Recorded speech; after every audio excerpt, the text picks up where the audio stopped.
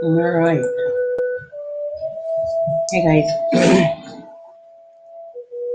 Let me just get this shirt out.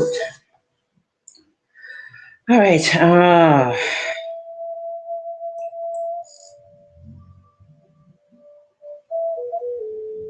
I doing here? Okay. Eyes are watering today. My eyes are watering today. Okay.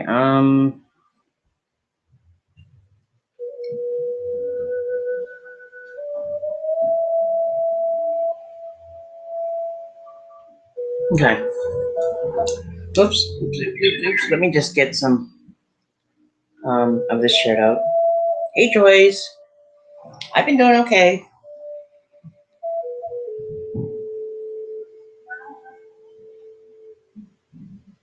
Okay. Let me just get the shirt out, you guys, and then I'll be right with ya.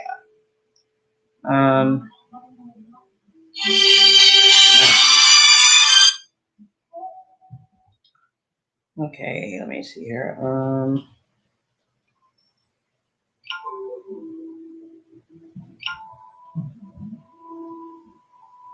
So hopefully everybody's doing okay. Um,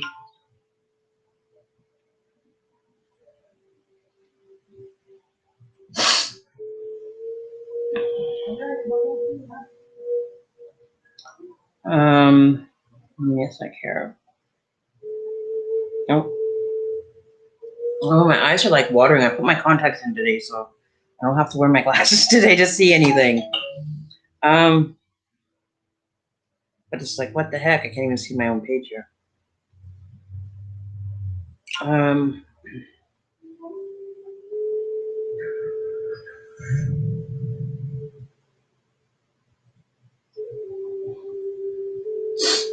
Okay, so I got that shirt up. Hey, Serena, how you doing? Hey, Maria, Joyce, and who's all watching? Nobody's watching. What's going on today, you guys? Hopefully your day is going good. It's my Monday. I still have a day off. Vanessa, I got to you. I was going to get to you last night, and then I forgot about it when I got finished that last one last night. I just totally like blanked and checked out. So yeah. So I thought I'd come hang out with you guys today. I got another day off today, so which is cool. But yeah. Yesterday was a crazy day. Yesterday was absolutely insane. So I don't know why your guys' comments are not showing up on my chat here. It doesn't make sense to me. This is not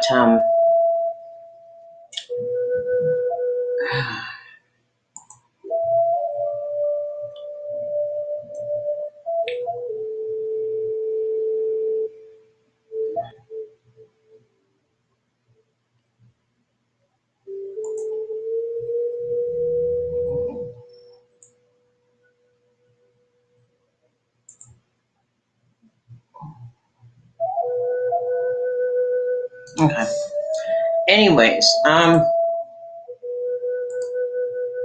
here you go. That's what is for today.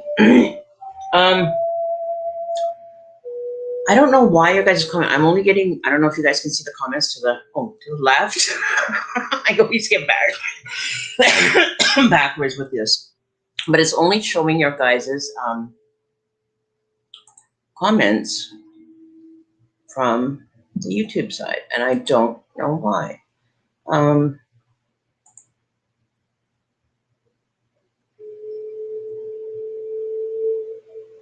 know why it's doing that. So that's really bizarre. It usually shows everybody's messages, and it's not showing.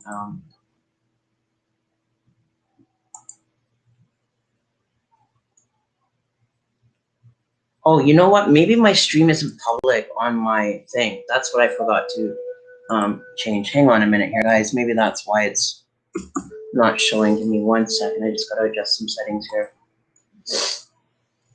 I'm wondering if it's not that problem. Give me 1 second. Yeah, see, it's not okay. That's probably why they're not showing up. So give me 1 minute to switch this.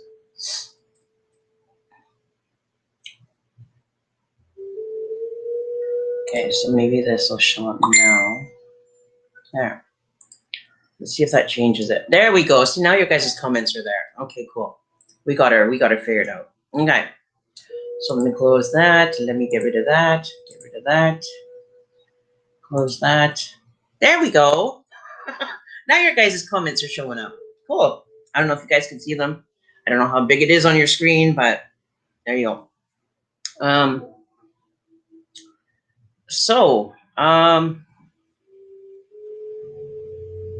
need my lamp in here. Hang on 1 second. Let me just plug my little lamp in here quick. I need a little bit of light, a little bit more light for a minute here. I need my light for reading here for a second. I just need to consult.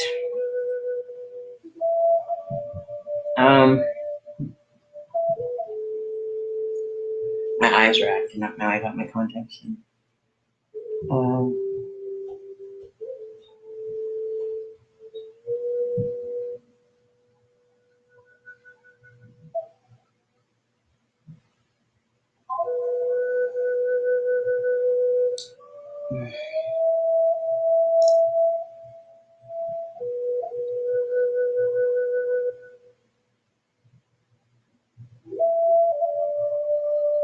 Okay. So I don't know who's going through this situation right now, but I feel that somebody is going through a separation from their children, and it's kind of under the ruling of the judge that it's been decided. The judge has kind of maybe taken a stance on this situation. I don't know if this is a separation between the parents and it's a custody arrangement, but the judge is taking it into his own accord to do what's best for the children, even though you may feel that you're the better suited or they're the better suited. But there's definitely a situation going on currently for someone out there that is going through a battle right now in regards to their children, and the judge has actually made a decision or is making a decision and is coming out very soon with this decision for where this the direction that it's going to go in. Know that it's been a bit of time. It's not been a long time that you've been dealing with this, but it's been a rather it's been a couple of months going. I would say 6 to 8 months this has been carried on. And now the judge has finally said enough is enough. I'm going to make a decision here. This is getting, I don't know if this is because you guys are like squabbling too much or there's really unresolved, he said, she said, or a lot of hostility between the two of you that the judge has finally said enough is enough. I'm going to be the one that makes a final decision. So it's really out of your guys' hand. No matter what you say or what you do, it's really not going to affect or, it's not going to come into effect for the judge to be able to make that decision based on anything that you put forward to him or they put forward. It's kind of redundant is the word I heard. It's kind of redundant to even bother, expressing anything to him. He's very, I would say he's very stern and very, by the book. So I'd be very, I would just kind of be a little bit step back from it and just kind of allow him to do the process. And, I think it might work out in the best favor. He seems like he's very reasonable, but he's very by the book. And it's he takes stuff like this kind of very to the heart. So I don't know who this is that's having this go on right now, but there is, the judge is making a decision. The judge is finally taking it into his own accord and saying, this has been something that needs to be dealt with, and I will be making a decision on this. So there is some conclusions and solutions coming up in the near future for you pertaining to your children. I don't know who this is for, if it's for sons or daughters or both, but there's definitely somebody involved. Like there's a middle person, like a judge or a mentor or a middle person that's overseeing this whole scenario playing out, that is going to be making a decision that's going to be finalized. And I didn't see far enough to know if this is a permanent situation, but I feel that it's very, it's written in stone when this man makes this decision. It's going to be written in stone, basically, that, it's not going to be something that is going to be altered very easily. So I think that he's done his due diligence on figuring out where they need to be, and whoever is kind of on the short end of the stick, I feel for you and I feel sorry for you. At the same point, you really have to evaluate your scenario and the situation and environment that you're in for that to not go in your favor. I'm going to be straightforward with people on the channel from now on. I'm not going to sit here and hide behind, worrying about how you're feeling, or, so to a certain level I am, but it's like sometimes you have to hear it, a hard truth, to really get the truth. And if that's too hard for some people to understand or take, then I'm sorry, maybe move on to a different channel or whatever, but I can't pussyfoot around when it comes to stuff that, is relevant, and, that you're too blind or not wanting to see or accept, is maybe the root of why things just aren't going in the favor of situations. I don't know why I had to say that, but that's what is coming through. We don't all live perfect lives. We don't all make perfect decisions. We don't make,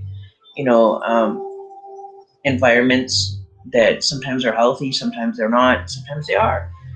We have to use our own discernment. And I heard a motivational speaker last night, and he made it very clear.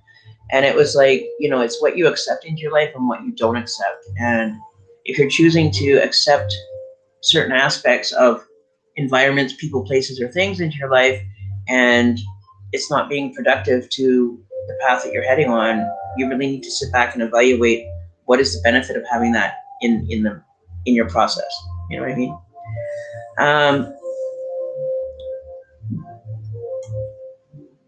Okay, give me a sec. I've got comments coming up here. Hang on one sec. Hey, there's me. So I don't have to post individual comments. You guys can see them coming as I'm seeing them. Well, for the most part, I'm seeing them, but they scroll by pretty quick. So, and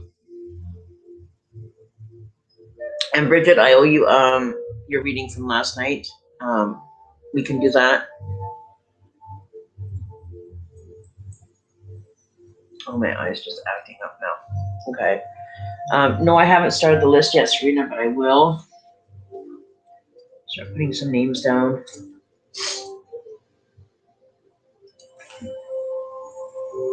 Okay, so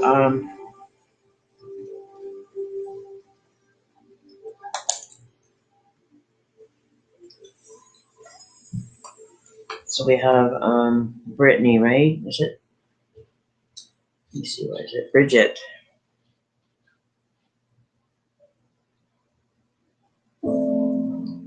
Bridget Mayberry. With access to millions of songs ad-free from Amazon Music Unlimited, the music doesn't stop. New subscribers get 30 days free. Renews automatically. Cancel anytime. Tap a click in the app to get started. Okay, Bridget Mayberry. And then, Serena, did you want to be put on the list, darling? Vanessa. It's important to carve out time to relax. And thanks to your Echo, finding Zen can be easy. Just say "Help me relax" to your Amazon device to explore meditations, ambient sounds, and more. That's "Help me relax" to any voice-enabled Amazon device. Oh, hey, Marilyn.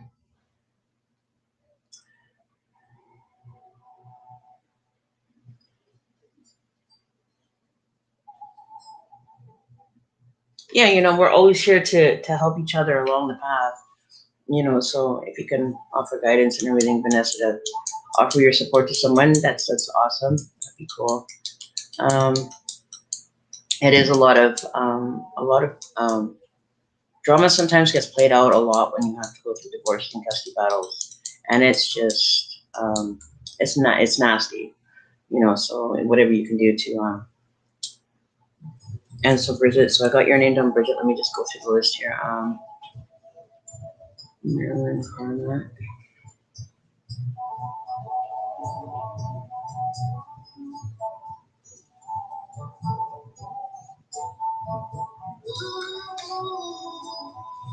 And Serena.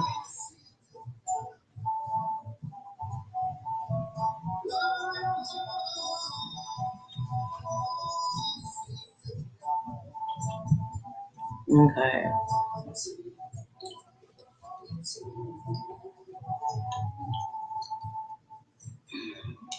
All right. So if you guys could be sharing this out, you know, I haven't been doing readings for a couple months now. I've been kind of taking a break from it and, you know, kind of doing some reflecting on it. And like I was saying in a live last night, that it's not that not that I don't have time for it, but I really had to step back from it because it was consuming me a lot, and it was a lot of emotional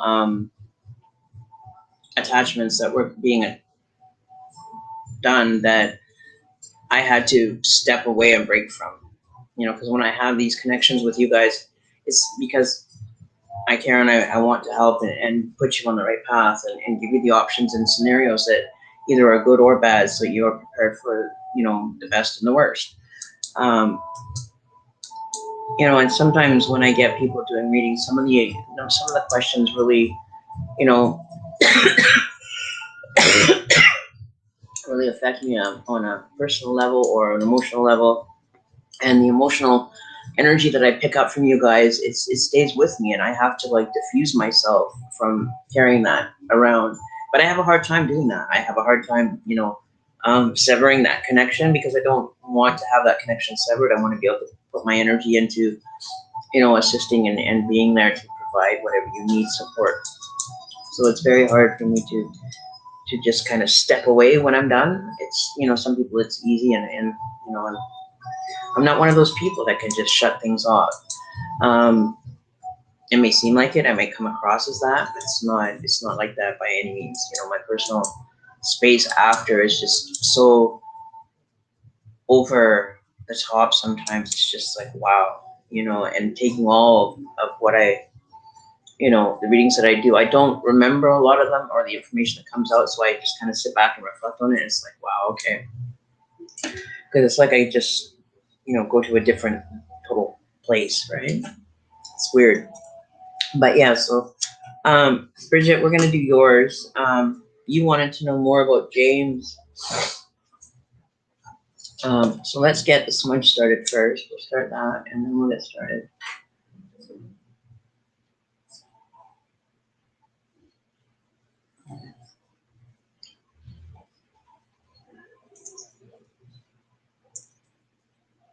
And then we'll get started. So I don't know, I just oh, whoa, that's weird.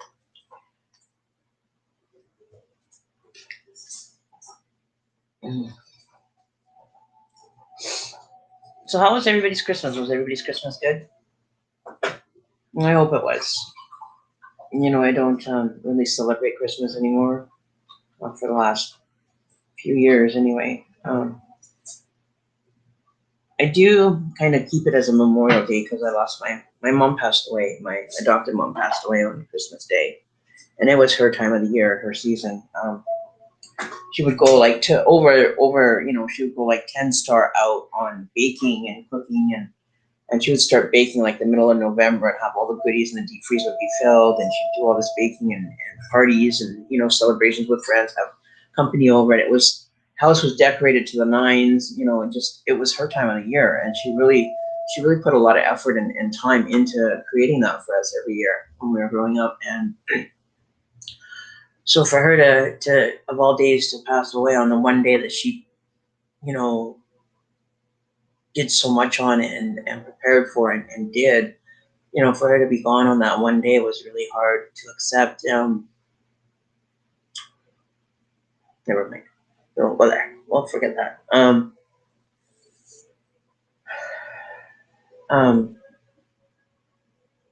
Still is hard to grasp and you know, put up a Christmas tree and stuff.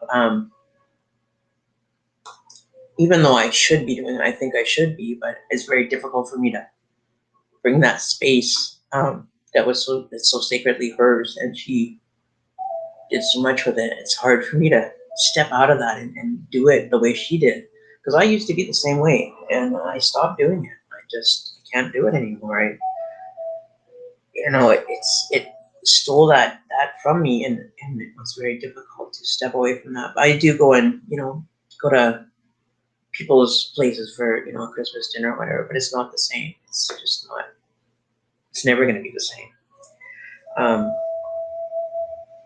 But she went on the day that was most important to her. You know what I mean? Like her day was. Oops, hang on. Her day was the Christmas, right? So you can only do what you can do, right? So I keep her memory close to my heart at that time, and 2 days prior to the actual day of Christmas, I had two eagles come in front of me while I was driving to work. So they say in the Native culture that those are the ones that get highest and that can get closest to the spirit world. They're the most high elevated flying bird that can actually reach basically like the heavens or the spirit realm or that existence that can see through. And I had two of them show up, and I have lost both my moms. So my biological mom and my adopted mom. So I had one going to work, and it was just sitting there in the tree, and there was no other trees around. There was one eagle. I noticed that one, and then when I was crossing this bridge, I had another one fly down in front of me. And I was like, okay, I got the picture. And then I sat in my van, my work van, and cried for half an hour. Because it's been a long time since I've reached out, and I've just been going and going and going, and neglecting what I need to be taken care of on that aspect in my life, and with my connections, I neglect them, and it's something that I shouldn't be doing, but it's like it's hard because I want so much more, and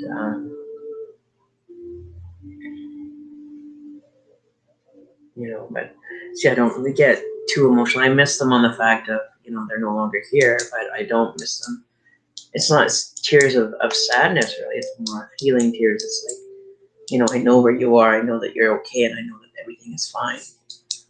But to hold you one more time, that would be, my greatest wish was just to have more time with them. Especially my birth mom, because I didn't really know her that well. I've only known her since I was 25 and seen her 4 times in my life. So it was hard, not knowing, where you come from or anything like that. So, I kind of, only heard stories about what she was like. And it's hard. But, at least I have my biological family and stuff. So.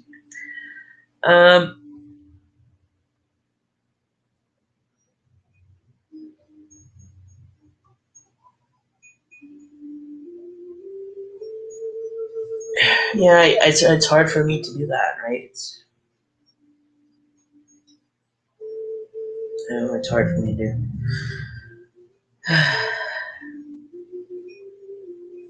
It's hard. It's not so much that I'm grieving for them, because I know that I can reach out and connect with them at any time. I choose not to, because it's hard. Because I want to be able to have more time with them, and I can't have that. And the physical aspects was it's very hard for me.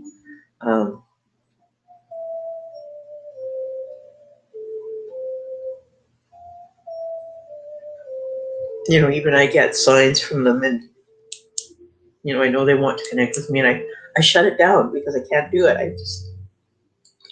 I can't go there in my life, but I can do it for everybody else. But my life, I can't go there. It's bizarre. It's hard. It's a place that I don't like being.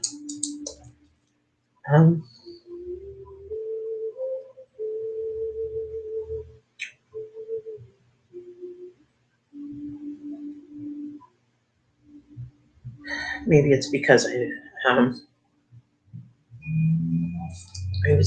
didn't really have time with much of them. I only knew my birth mom for a short time and my adopted mom for a short time, but I didn't have the greatest relationship with my adopted mom. Maybe there's a bit of resentment there. You know, so I just get tired of listening to her when she does come through saying, I'm so sorry, I'm so sorry. I didn't know any of this about you, but now I'm seeing it all. I didn't understand. I didn't know. It's like, how could you not know? So it's difficult to go to that space with her. And then it's just difficult. It's really hard. Okay. Put yourself together, Karen.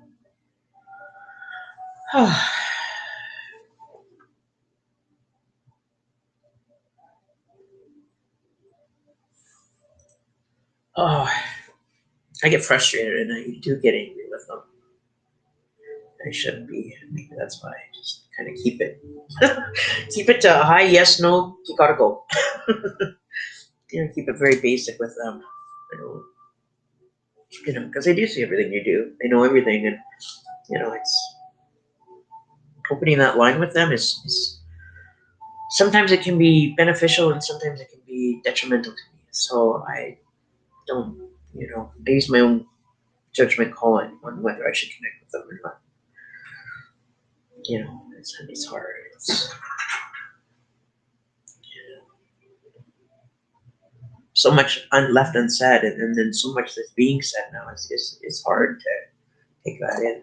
Even for when I do readings for you guys, it's like the information that comes through is like, I can't say that to that person, and I can't tell them that way. And it's like, you know, sometimes their energy is just, it's so strong and so persistent into things. And it's like, with the compassion I have, it's hard to deliver some messages the way that they're given. And I really have to, you know, cut me out of it and my emotional connections, because I think that's where I get the emotional ties with you guys. Is I feel for both sides and I can't choose. I can't say this one's right, that one's right. I have to really walk the fine line in the middle.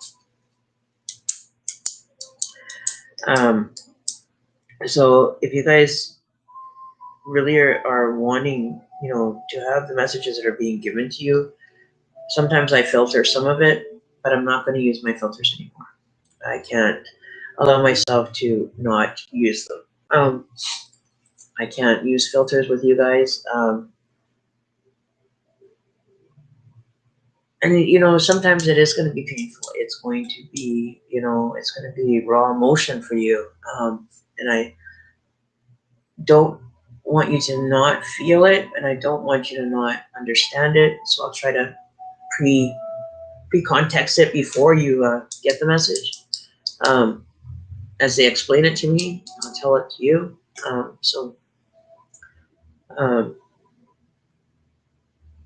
But I'm not going to sugarcoat it. So Bridget, you wanted to go through with James here. Okay, give me a second. I'm going to see if I can get my spirit box here going, so you can hear if he comes through. Because I do know that there's been a lot of activity with my spirit box this last while, and I had one the other day while I'm opening up my spirit box here, getting it set up here.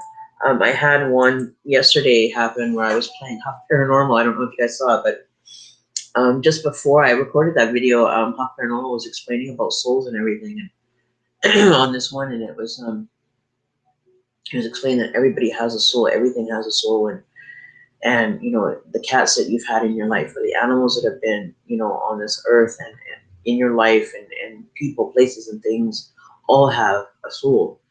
And then all of a sudden my spirit box gets, yes, we all have. I went, whoa, hang on a minute. I went, whoa, hang on a minute. Did you just hear that? And my partner heard it, and he's like, whoa. So I was like, you know, and then after that, they were interacting with each other. So they would react or they would answer from their existence. And it was like, yeah, you guys are freaking me out. This is crazy. So whenever that happens, I'm going to try to record so you guys can be up close and personal and see that, you know, this is a real existence. This is, you know, something that, you know, you should fear it. You shouldn't be scared of it. You should welcome it. You should, make a connection with it, so you better understand it. I'm gonna have a hell of a fun time when I go there. Like, I know that for a fact. I'm gonna be like, yeehaw! This is a party time for me because sometimes I like to be there instead of where I am at times, right?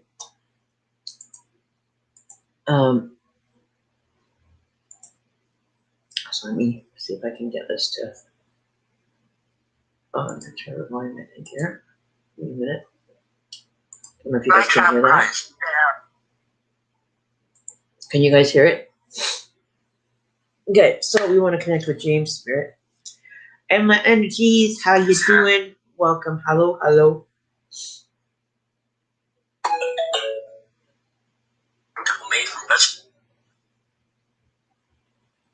Oh, okay. Yeah. Train was no, it's okay. Streets. So we have Bridget. She wants to connect with James.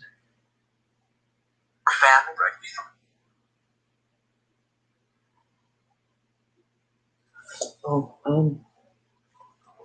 the day long problem.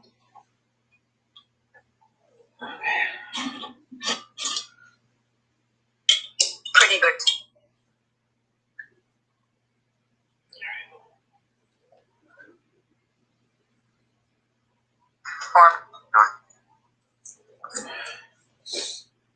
okay, so I don't know.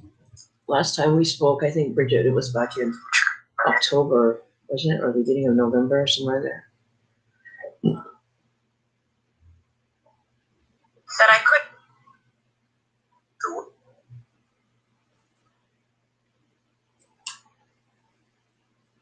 Proud of you.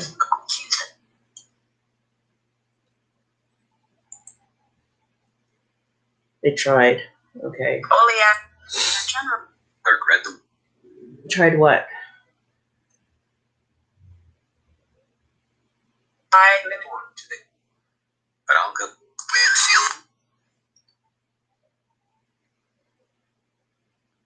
Small hearted.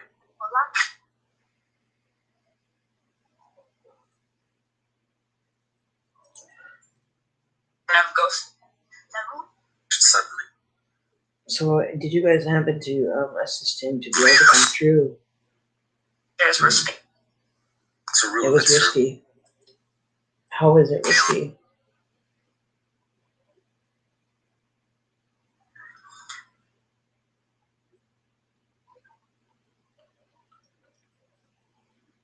Oh, my neck is sore. Tried to Okay.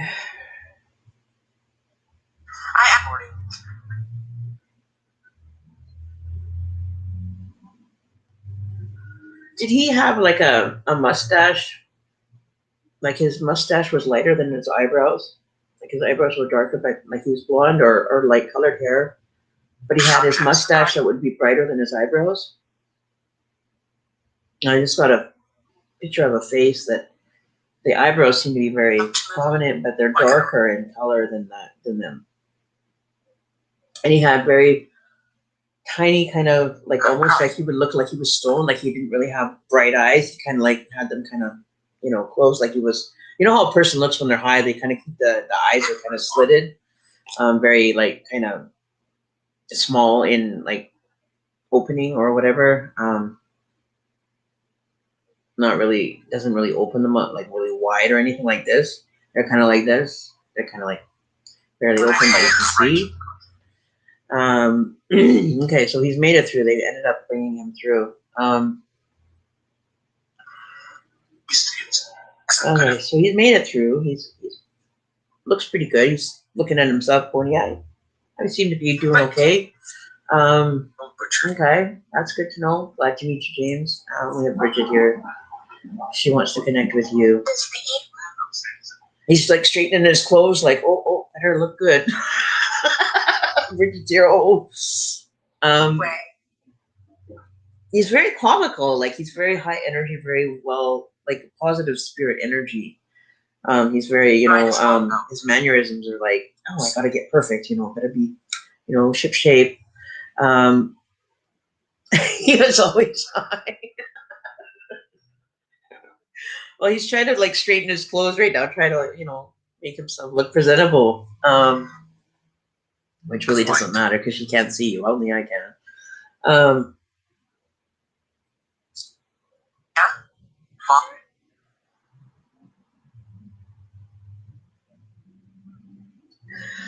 Breathe. It's okay.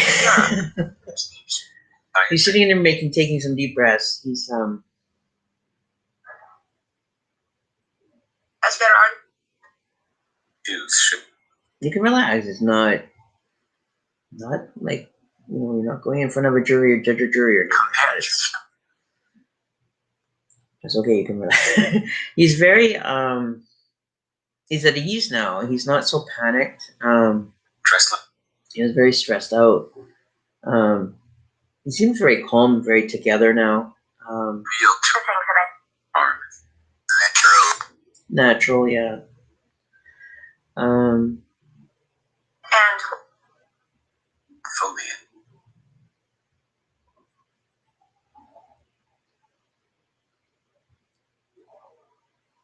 so he's coming through and he's trying to get the words out. There's something that he does want to say to you. He's having a hard time saying it. So whether this be a heavy message for him to have to come out with,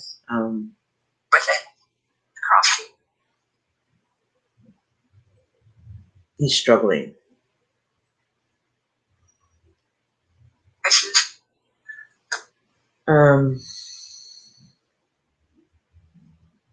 I'm just gonna say it exactly how he says it, with the emotion and everything that he's giving me.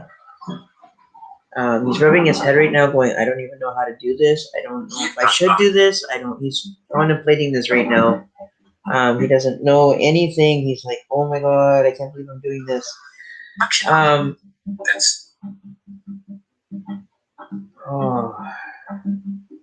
This is difficult for him. Very difficult.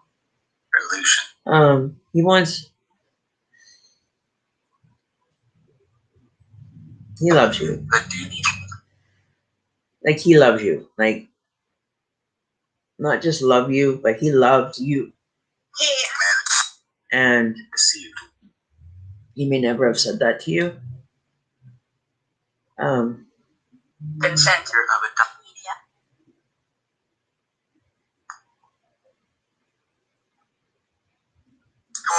Comfortable. Executed. Stretch. The blooming.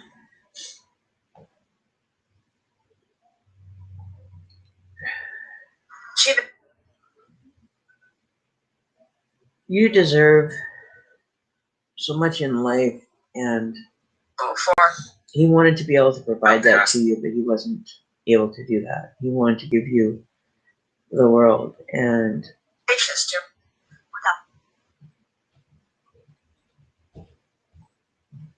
he caught feelings for you, if that makes sense. But he didn't know how to act on them, or if he should act on them at the time.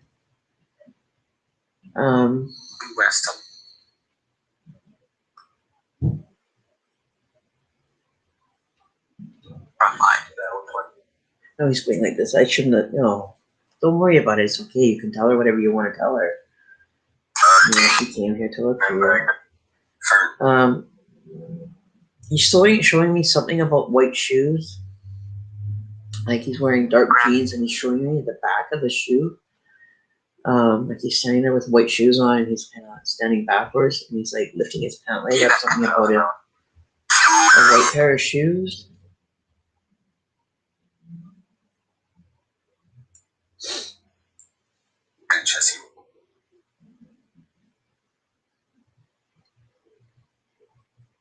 Of sorts.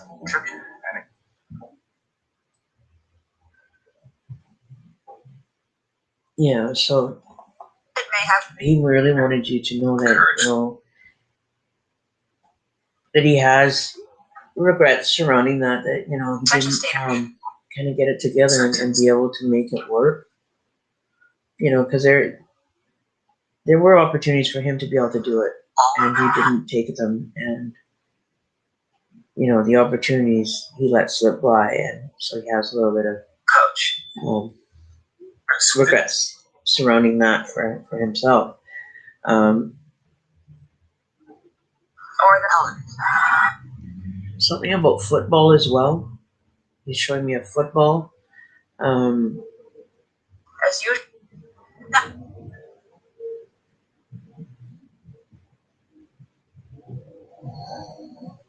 Here comes chapter. And I feel that he gave you maybe possibly a necklace or some kind of jewelry or something significant of jewelry. Or it be a necklace, but he's showing me putting something being placed around your neck. On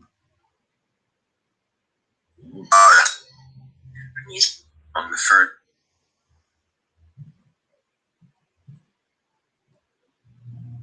There was a dog. It's energy from him. It's not him, but it is energy from him.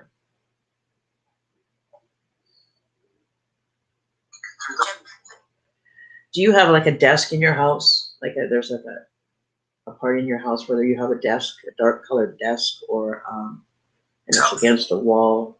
I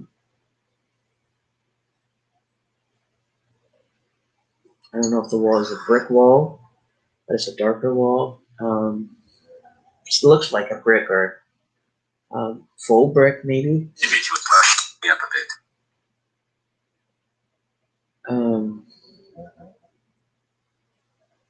Flash is He does walk around your apartment. they that are easily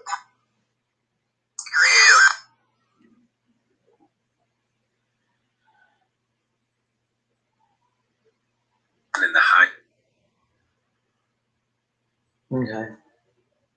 Sun is not. He's having a hard time. He doesn't want to let go of that space with you. Big thing because it was up to me. If it was up to him. Right, he'll swap this thing with Spurt. And two are on the ground.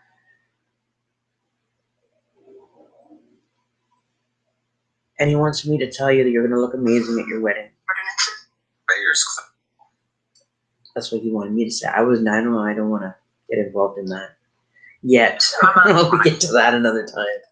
But he said you're going to look absolutely amazing at your wedding. He was 16. Because he can see your timeline as well. Rather it all.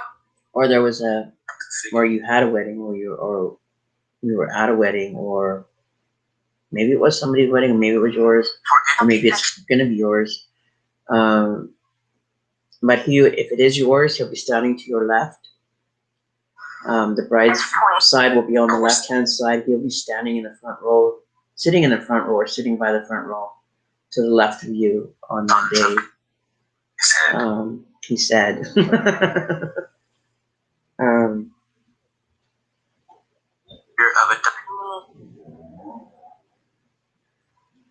But he wants you to have the amazing life you deserve.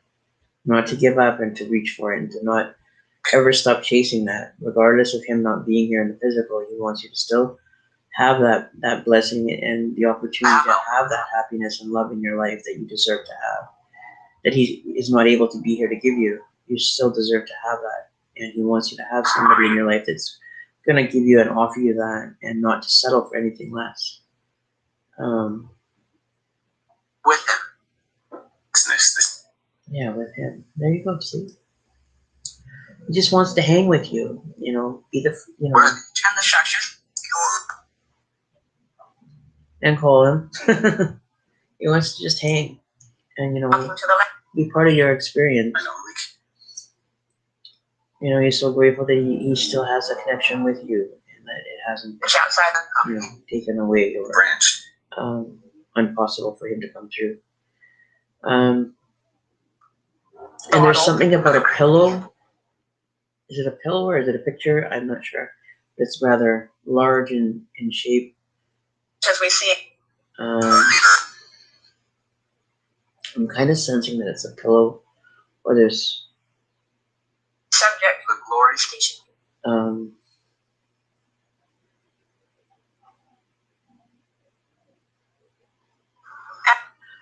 Do you ever sense At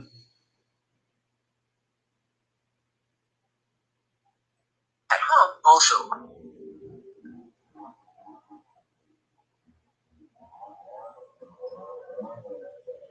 okay, because there is something there's like I don't know if this is a bed or a pillow that's on your bed that is very central spot, like it sits in the middle of your bed. Like I don't know how you make your bed, but there's one pillow that's like really in the middle.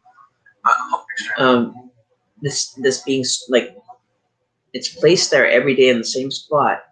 I don't know what that has to do with anything, or if it has anything to do with it, but it's being shown to me as being, it's almost like he's like, whenever that pillow is there, you can know that I'm lying there, or you can know that I'm there. Like I don't know if this just weirdly shows up. Okay, so don't panic. He's saying, don't worry, it's okay.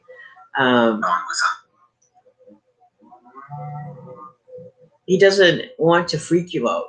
That's not his intention. He doesn't want you to have to go through that and be freaked out.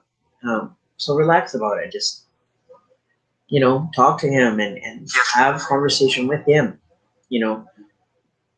Make sure that you have your guides with you. He's got his guides with him. So there's nothing that is going to come in between negatively. You both will be protected.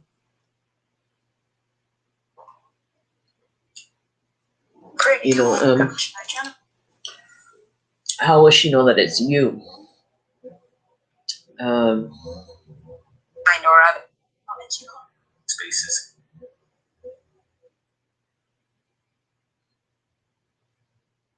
What's under that? Yeah. Check the time. Check the time? Oh, he'll know it's through me. For us. Oh, okay. You want me to do it for you? Okay. You want me to communicate for you? Okay. Well, can you give me something to give her that she knows, that can be your telltale sign that she knows you're there? Do you ever have a vision of, like, all of a sudden, like a certain color might pop into your head? Like you showed me a color blue.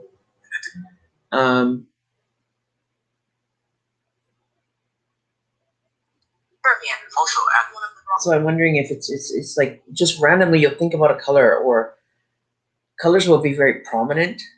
Superstition.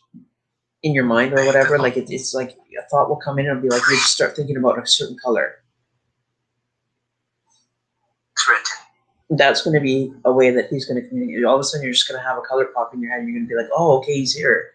It's going to be something very not obvious because he wants it to be genuine and so that you don't just kind of wave it off, that you know that it's him, that it's going to be your kind of passcode kind of to connect with him. It's his way of coming through to you, and that's the way that you're going to connect, is you're going to be able to see this in your mind's eye, and your energy is going to be kind of just like, why am I thinking about that? And it's going to be like, oh yeah, okay, I remember. He said he was going to come through that way. He's going to letter M. Okay, so it may be a color or a letter that might pop into your head, or something related to M or a color. That's how you're going to know that it's him. If that makes sense.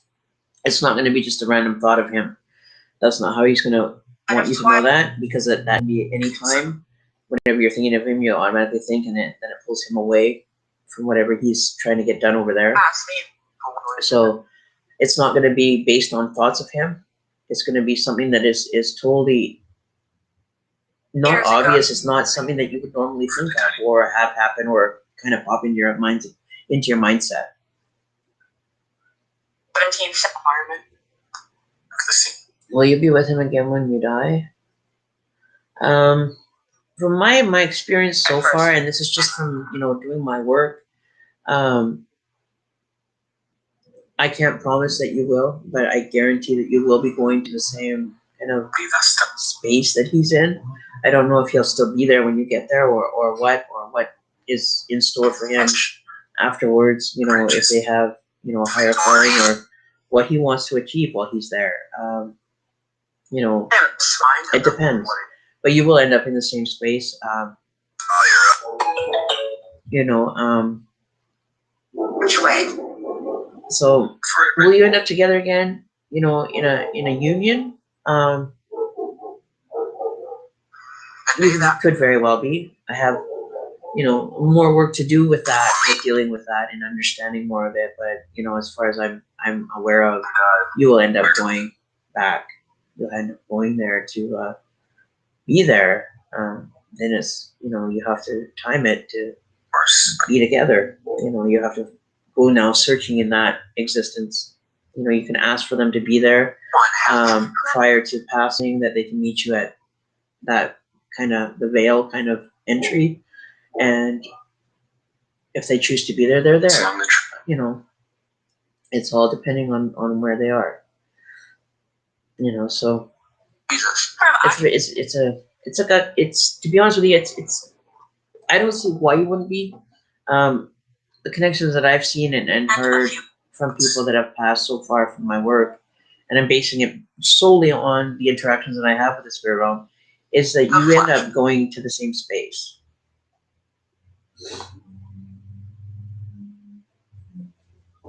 You end up in the same level of existence, and then you're kind of filtered to, you know, different levels of areas that, you know, you kind of want to, you know, experience after that in spirit form.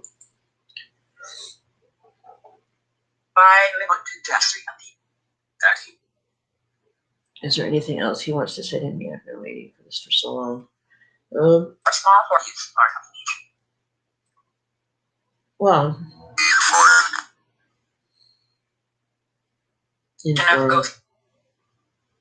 informed of what? You know, the best thing that I can suggest to you, Bridget, from his point of view, is, you know, keep the messages coming through. He can hear what you say.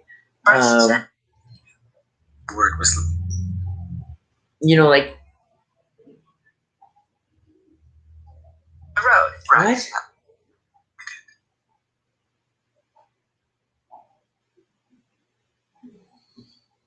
The country. He wants you to be, he wants you to heal, though. He wants you to kind of take this now and put it to good use, this communication that you're having. You know, not to carry around the negative vibration of loss and grief. He wants you to take it and use it for a better purpose, to lift you up now. You know, don't take it and just wallow in it some more. He wants you to build from it. He wants you to take it and make it useful, and, you know, cherish it, mind you, but at the same point, make it so that it's benefiting you, not hindering you. And I say that to anybody, you know, that goes for anybody that has mediumship. Make it bring life back into you. It's to breathe life back into you, to keep you moving forward and doing your journey and living your life. You know, so you have all these experiences that you can take back and say, guess what? And they can share it with you, because they get to see everything you get to do, and the things that you do, they see it all. They know it before you even know you're going to be doing it. And, you know, you can have these conversations after and be like, you'll never guess what I did. They'll be like, yeah, I did. How was it? Blah, blah, blah. And you get to have these conversations with them. Like, it's you know, it's such a, it's great. It is great. You know, I could see why. You know, it's like carrying on conversation with my energies. It's like, you know, it's like talking to you right now and you talking back to me, having a conversation. It's like the communication never dies. You know, it's always going to be there if you choose to keep it there. You know, it's how much you choose to take with you and want to experience, and you know, it's like you carry a little piece of them with you. You know, you keep that cord to them, that tether to them after they've been here. you forever are tied to that person, you know, until you decide to not be. I'm not going anywhere. Don't worry, you don't have to go anywhere either. You can always stay and come back whenever you so choose. But I have to get moving on to the next feature that are on the list. So, Bridget, I hope that helped. I hope that, you know, gave you something to kind of, you know, finally be able to just kind of breathe again and ease your mind a bit.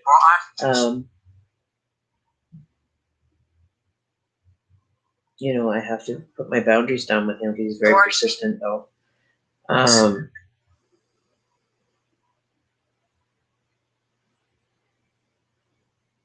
Thank you. So,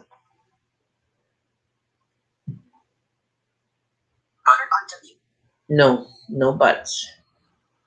Don't. No, he's one, eh? He's the one that, he's one of them that, you know, always has to kind of get the last word in. If you can get another inch, he'll take it. You know what I mean? He'll push for that. He'll push that boundary every time. He's going to push the boundary. He's trying to push it though. Oils.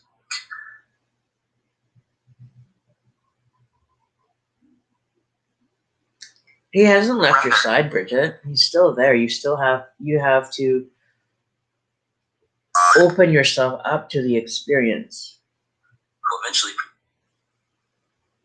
You're looking at it as him being gone, and you're shutting down the connection. You're blocking that connection with him by having it in the thought process of, you know, he's left me. He's left me alone. He's left me here.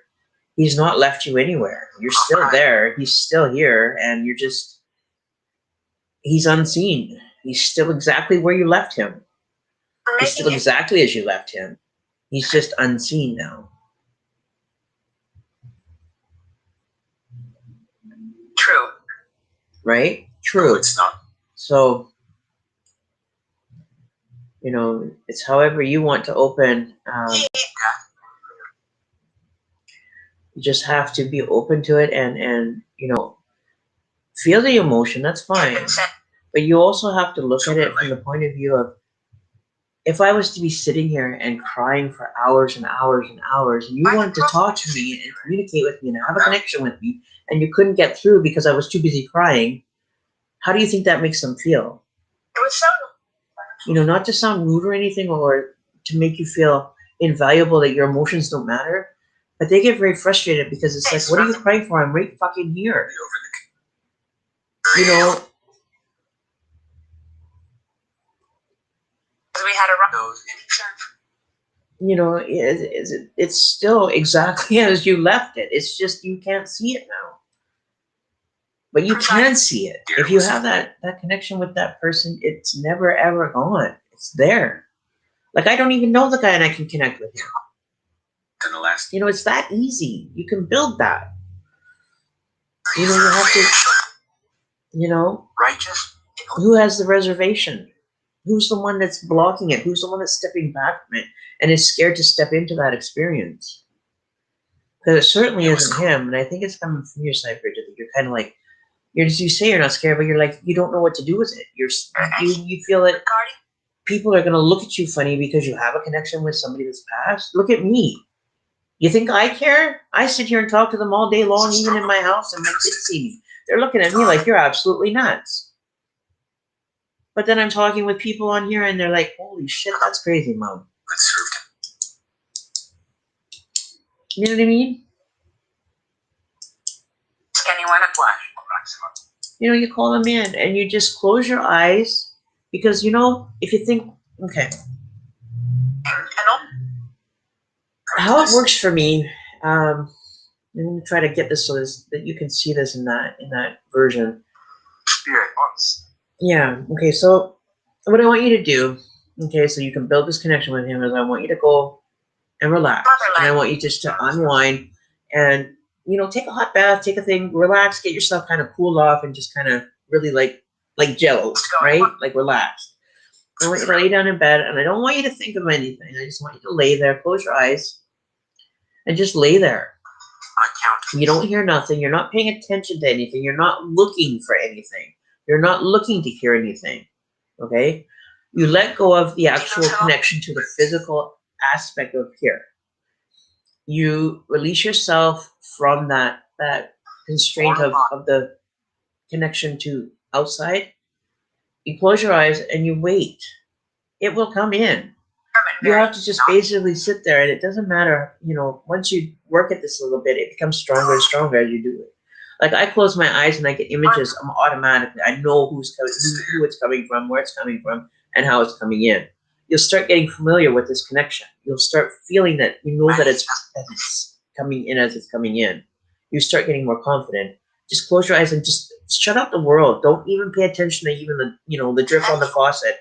Just tune it out. Just, or even do a meditation before and just kind of release your mind from all your activities through the day that you've thought about, any thoughts you're having, or any connections to the outside world that you're having. And just sit there and wait for it. You will have it come through. I promise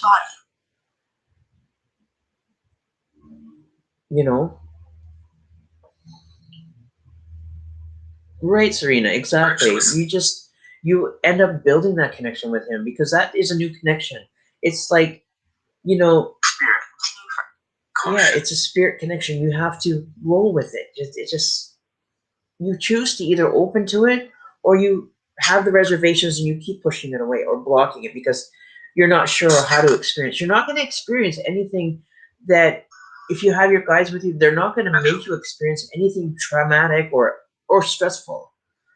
They're going to be with you. They're going to walk you through it. They're going to be there to guide you. They're going to be there to support you. They're not going to just throw you in like I broke through my guides and said, let me at it, even though they wanted to slow me down. It was like, get the fuck out of my way. I'm going fucking, let's go. Let's get this on. You know what I mean? So I'm a little bit different in energy. I'm like, I want something to do something. I get it done. I'm going after it. I'm not going to wait, for, tomorrow to get it done. I'll go and do it now. Right?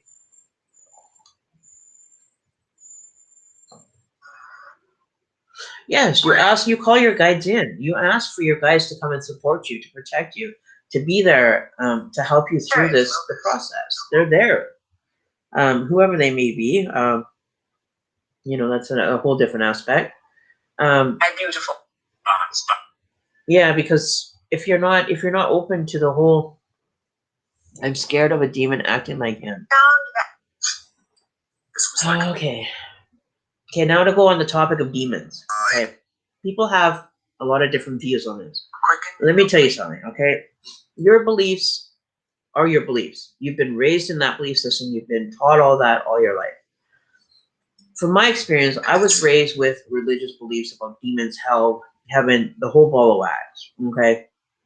I can tell you right now, and this is for anybody that's out there that's listening, I can tell you for a fact that there is dark energy entities that will attach, but they're not like Hollywood style. You know what I mean? They're not. Well, from my experience anyway, I've had them around me and I've had them come into contact with me, and I don't fear them. Like, I just look at them and like, who the fuck are you? Like, why the fuck are you even here? I have no use for you. Right? Especially. I don't look at them any different than another spirit or an angel, or they're just another being. They have no power around me. I don't give them any power to be strong against me because I don't feed it. So how is something that is demonic going to have power if I don't engage its power? You understand what I'm saying? Like, I just look at it as you, as, a Chinese person is a Chinese person, so they're Chinese. It doesn't mean anything different. They still bleed blood. They're still normal. They're still human. They're just a different color skin, or their eyes are different. Big fucking deal. They're still a being that should still be, that was created to exist in this realm. So if you are going to be scared of it and fear it, it's going to be like, oh, well, now I have power because I can control it and be over top of you and rule over you for the purpose that it was created. So if you give it power and you want it to be that way, so many people say, oh, I don't want demons around me. I don't want this. Why the fuck not? They're not going to do anything to you if you don't give them the power to do anything to you. And I have them all around. I don't fear them. You know, like people will have a different judgment on that because they fear it. Walk through life like you have to walk through darkness to get to the light and be brought into light. Option. It's all an option. You can choose to either engage with it and cohabitate with it, or you can run and hide from it. Your choice. But I've never had an ill experience ever dealing with one. And I've had shadows walking through my house. I've had ticking always, right? You know, I cohabitate with them always. Like, I don't instigate them. I don't ask them to do anything. I don't, you know, unless it's for reasons that you know, they need to be used for their purpose that they were created for, to cause chaos in someone's life that's causing chaos in somebody else's life, or, you know, to kind of counterintuitive action, then yeah, I will use them. But to use them to cause harm against someone, no. I will use it to cause chaos in somebody that's creating chaos in somebody else's life, to kind of counterbalance the effect of what's really going on in somebody else's life. Yes, I admit that I have. But I don't use them, you know, to purposely go out and create havoc and the demonic kind of purpose that, you know, Hollywood has not even come close to. You know, their ideas. They want you to live in fear because you control a mass of people if they're fearful, then you can if they're not fearful. You see what I mean? So how is it society will keep you in a fear-based vibration? Because they can control you better that way. You won't you won't color outside the lines. You won't step out of the lines and challenge it if you're in fear. Watch. There you go. See? Watch. I don't fear it. I respect it. I keep, you know, my distance, and I keep my space and myself protected from it, but I don't fear it. I don't. You know what I mean? Like, I don't know. I have a different viewpoint because I've been through this and I've done it, and I've experienced like unsurmountable shit that you would look at me and go, "What the fuck happened there?" You know, and I've done it. I've walked through it. I've done it, and I don't fear it. There's nothing that I can't even do that. You know, I don't even have nightmares anymore. Like, I used to have nightmares like crazy, and I just said, I'm not going to fear it anymore. There's nothing that can hurt me, you know, that I'm going to purposely go out and do. You know, if you're being stupid and foolish and you're walking through life and you're causing this and you're doing risky behaviors to kind of instigate it, well, yeah, you're going to have things happen to you. You know, but if you're not using it or you know, instigating it to be coming in, attacking you, or to use force against you, and you're not, you know, causing any reason for them to act in such a way that they so choose to, you really have nothing to be scared of, to tell you the truth. You know, it's your own perceptions and your own belief systems that are making you to come to that belief system. You know, I don't know. There's nothing really to fear. You know, I see all different kinds of things in life. Like, I looked at horrific pictures. Like, I can watch a scary movie. I look at the movie and I laugh at it. It's like, this is Hollywood. When you start getting out of that program mind frame of the way that society has programmed you to believe, think, and feel, you step away from that. You'll see a whole different existence. You'll understand it in a whole different light. 11, okay. Wasn't there a movie about 11? 11 monkeys or something like that? 11. That number is so, it's stuck out my head. Like, there's like a horrific movie that has to do with 11 or something, isn't there?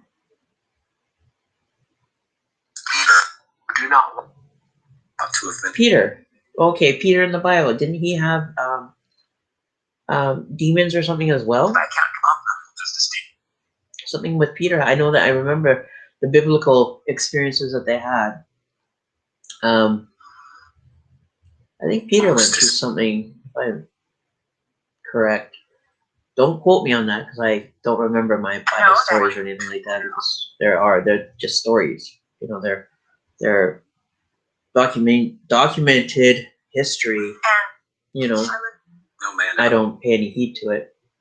You know, I don't live by the Bible. I use it for reference at times, yes. But I don't live my life according to Christian belief anymore. I've stepped kind of into my own path, and you know, I don't step into religion. I don't step into, you know, anything. I travel my path. I do know right from wrong. I know what's good, what's bad, what is goes and vibrates with me, what doesn't vibrate with me does not reside with me. You know, but I don't purposely shut it out of my life. I coexist with it and work with it. You know, that's what this is all about, right? I'm righteous. You know, it's living a good up life, being kind to others, and living your truths. And if you stand in your truth, there's nothing to fear. You know, it's all the the fear-based mongering that is still rampant in society for you to have that. You know. You know, I have my energies here. They're very, very normal, like me and you. You know, they're not demonic. You know, they're just another source, right? Another source of the body, you know. You don't have to fear it. There's nothing to fear. You know, it's all this creation and external stuff in society that has created the world to be the way it is. You know, there's so much, you know, corruption and just absolute senseless bullshit that has been going on. That, you know, I was sitting watching music videos yesterday. I was just like appalled. I was like, what the fuck? Why don't you just fucking dance naked? Next thing, you know, within 2-3 years, people will literally be dancing naked on screens because they basically are now. So why even bother? Let's just get to it and get it over with so we can just like move on from it. You know what I mean? Like, I'm just so done with it. Like, don't sit here and try to fearmonger me. You know, I'm one of the resistance, I guess, that you can't force me into a cage or cage me up into your belief system. You can't do it. There's nothing that will put me there. Right? Yeah, I'm available tomorrow. Tomorrow I won't be available till after 9 p.m. I do have my regular job that I go to tomorrow. I don't know if it's going to be a busy day tomorrow, so it's hard to say. But you know, usually after 9, I'm usually, you know, available after 9, so I can do tomorrow. Get a hold of me, send me a message, Bridget, and we can go and discuss this further. All right. So for whoever's out there, that's my point of view, and that's the way I live, and that's how I get my shit done.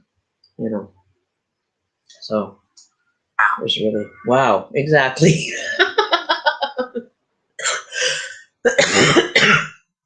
Okay. Bridget, for an hour time, you have to send the payment in, and then I can schedule your time slot. Did you want mediumship, or did you want just a reading, or what kind of appointment did you want? And I'll schedule it now. And then you can send the payment. I'll give you a price for it, and you can send that, and then we can get your appointment done.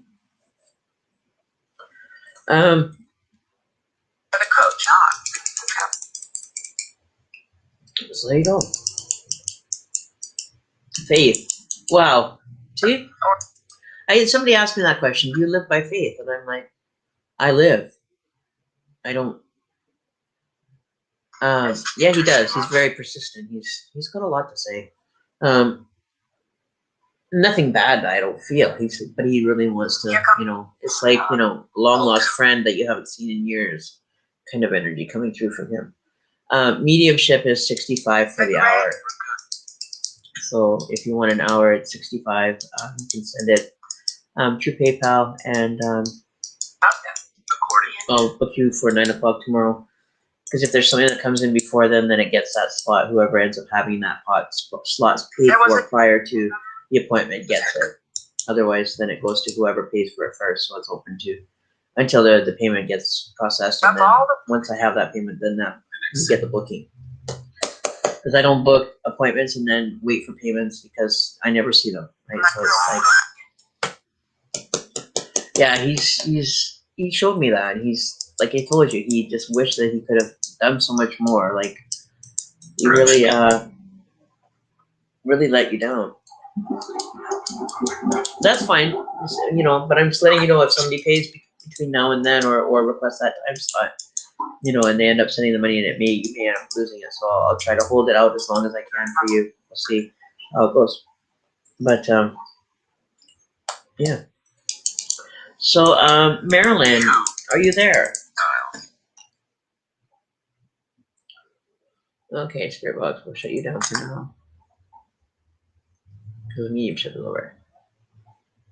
Okay, move that down. Where are we here? And then Marilyn, are you here? Okay, so who's not here? I can't even. It's not even telling me who's here and who's not here.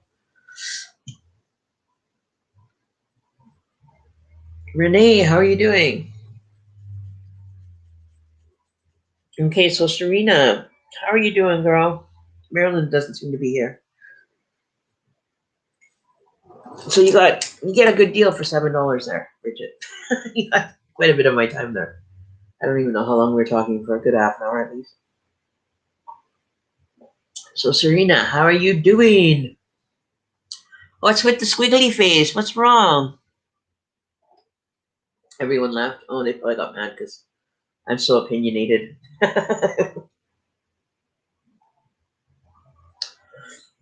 Yeah. Well, people that come to my live stream, you know, I extend myself above and beyond for people, and I gotta stop doing that. I gotta stop at a certain limit, you know. But I do that. It's something that I have to be more aware of on my part, you know, and take a minute.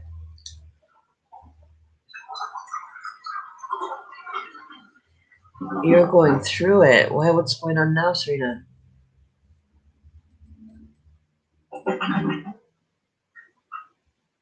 Okay, let's see what's going on for you, Serena.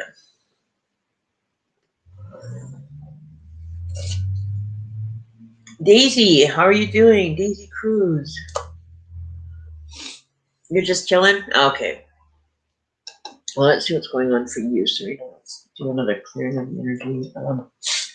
Oh, no, I'm getting stuck up. Great. Fabulous. Fabulous. Ain't that fabulous?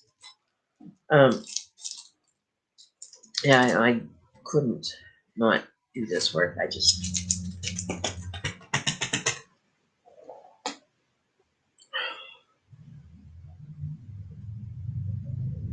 It did. You know, it slowed everything down, and, you know, timelines for people getting things done or having things happen has been pushed off like unsurmountably far. Unfortunately. With the holidays, it doesn't make it any easier because they don't process a lot of stuff during the holidays either. Excuse me. Okay. Let's see what's going on for Serena. Serena.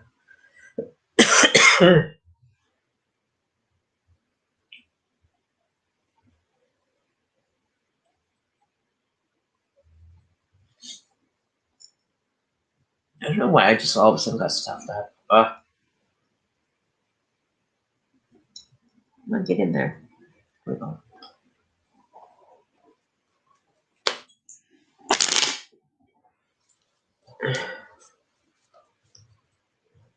Oh, really, Daisy? You know what? She can actually go on YouTube because I stream to Facebook and YouTube.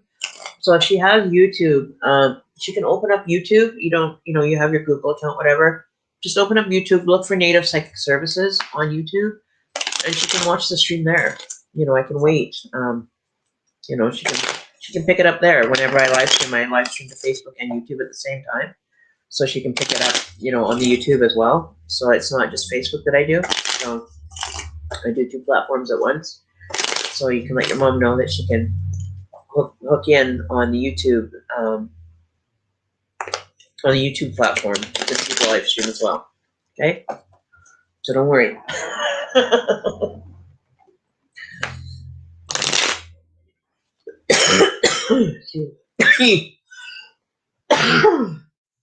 Oh. Okay, so let's see what's going on for Serena, please, Spirit.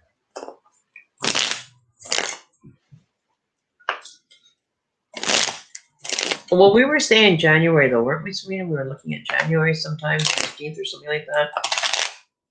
Last time we checked. So let's see if anything's shifted. If there's been anything that's kind of changed. Okay, let's see what's... Oh.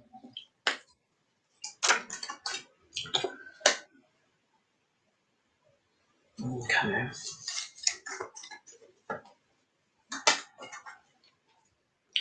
Oh, okay. Well, you guys are still in action. You are still very connected.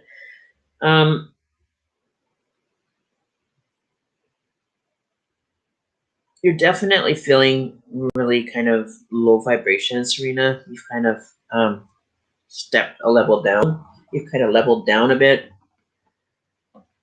And it's having an effect on him on a energetic level. He's feeling it.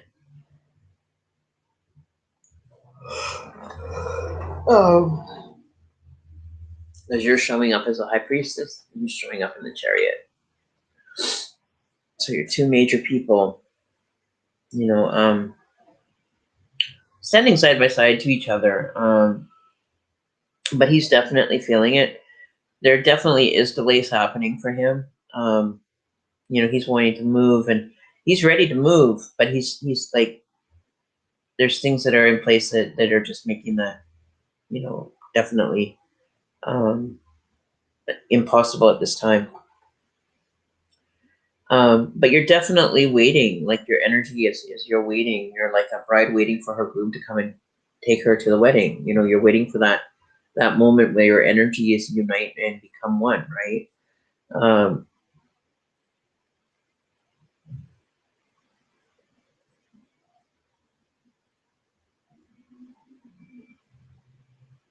So you're just going to have to hold on.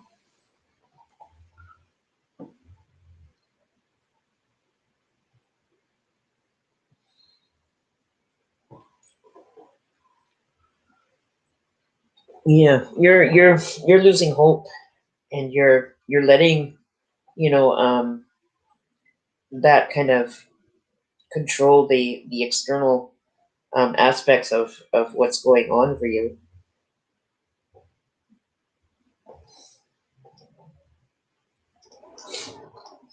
It's definitely playing a big role in how this is unfolding.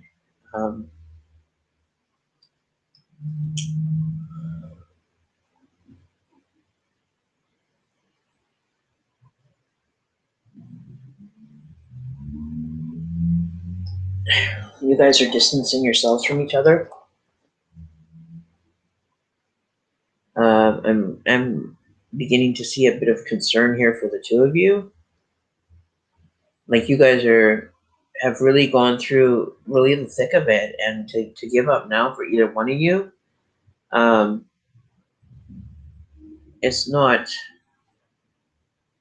the choice that I think that you would want to make.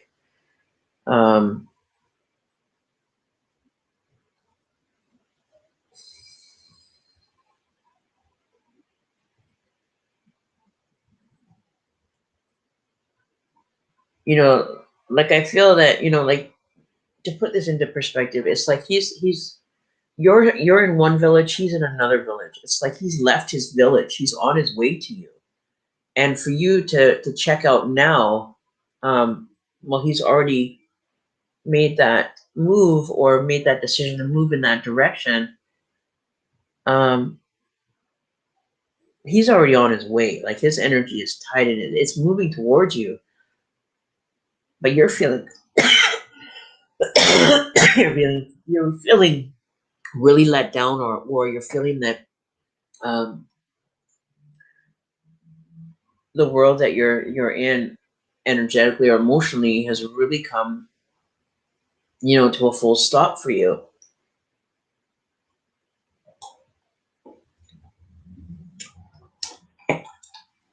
You don't want to carry on. It's consuming you. It's taking too much out of you to do it.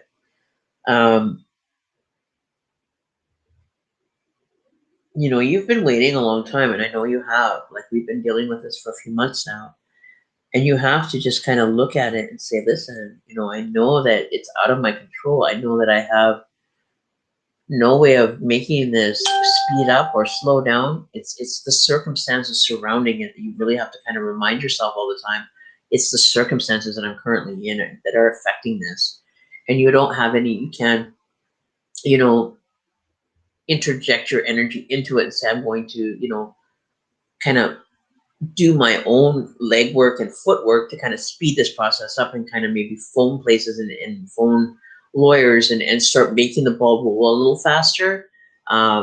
You know, and be persistent with them. It's time to maybe just kick it up a notch instead of just kind of waiting and waiting for things to unfold. It's time to maybe start getting active in it and saying, listen, I'm going to phone the lawyer. I'm going to phone the Department of Justice. I'm going to phone, you know, the Crown Counsel or whoever is handling it on the defensive side and say, listen, this has gone on too hard, and be persistent with them. Tell them exactly what is going on and that it's bullshit. Call them out on their fucking shit. You know, just because they're a fucking big, you know, to-do fucking, you know, federal government, whatever, they're still fucking needing to be held accountable for what they're doing and their timelines. You know, if they've given you a timeline, they need to stick to it. Somebody's got to be held accountable. And, you know, if you have to become a meaning a Karen, then be a Karen. Like, fuck off. Enough is enough. You know, stop pushing the bill because you're going to let somebody else handle it, and then somebody else is going to handle it. Enough of the fucking bullshit. Just call them out on it and say, listen, fuck off. Like, this is enough. You know, piss on y'all. You know what I mean?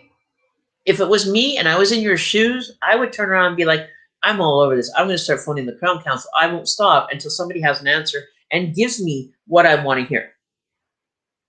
I won't stop. And I will be, you know, I have a namesake right to it because I am Karen, but, you know, it's the benefits of having the name biologically. And I will be the voice that they wish that they never heard in the first place. And I've grown, you know, I've grown that sternness about myself. And it's like, if I don't even get a burger right at McDonald's, I'll be like all over them, say, no, my fucking burger wasn't made right and I want it done right.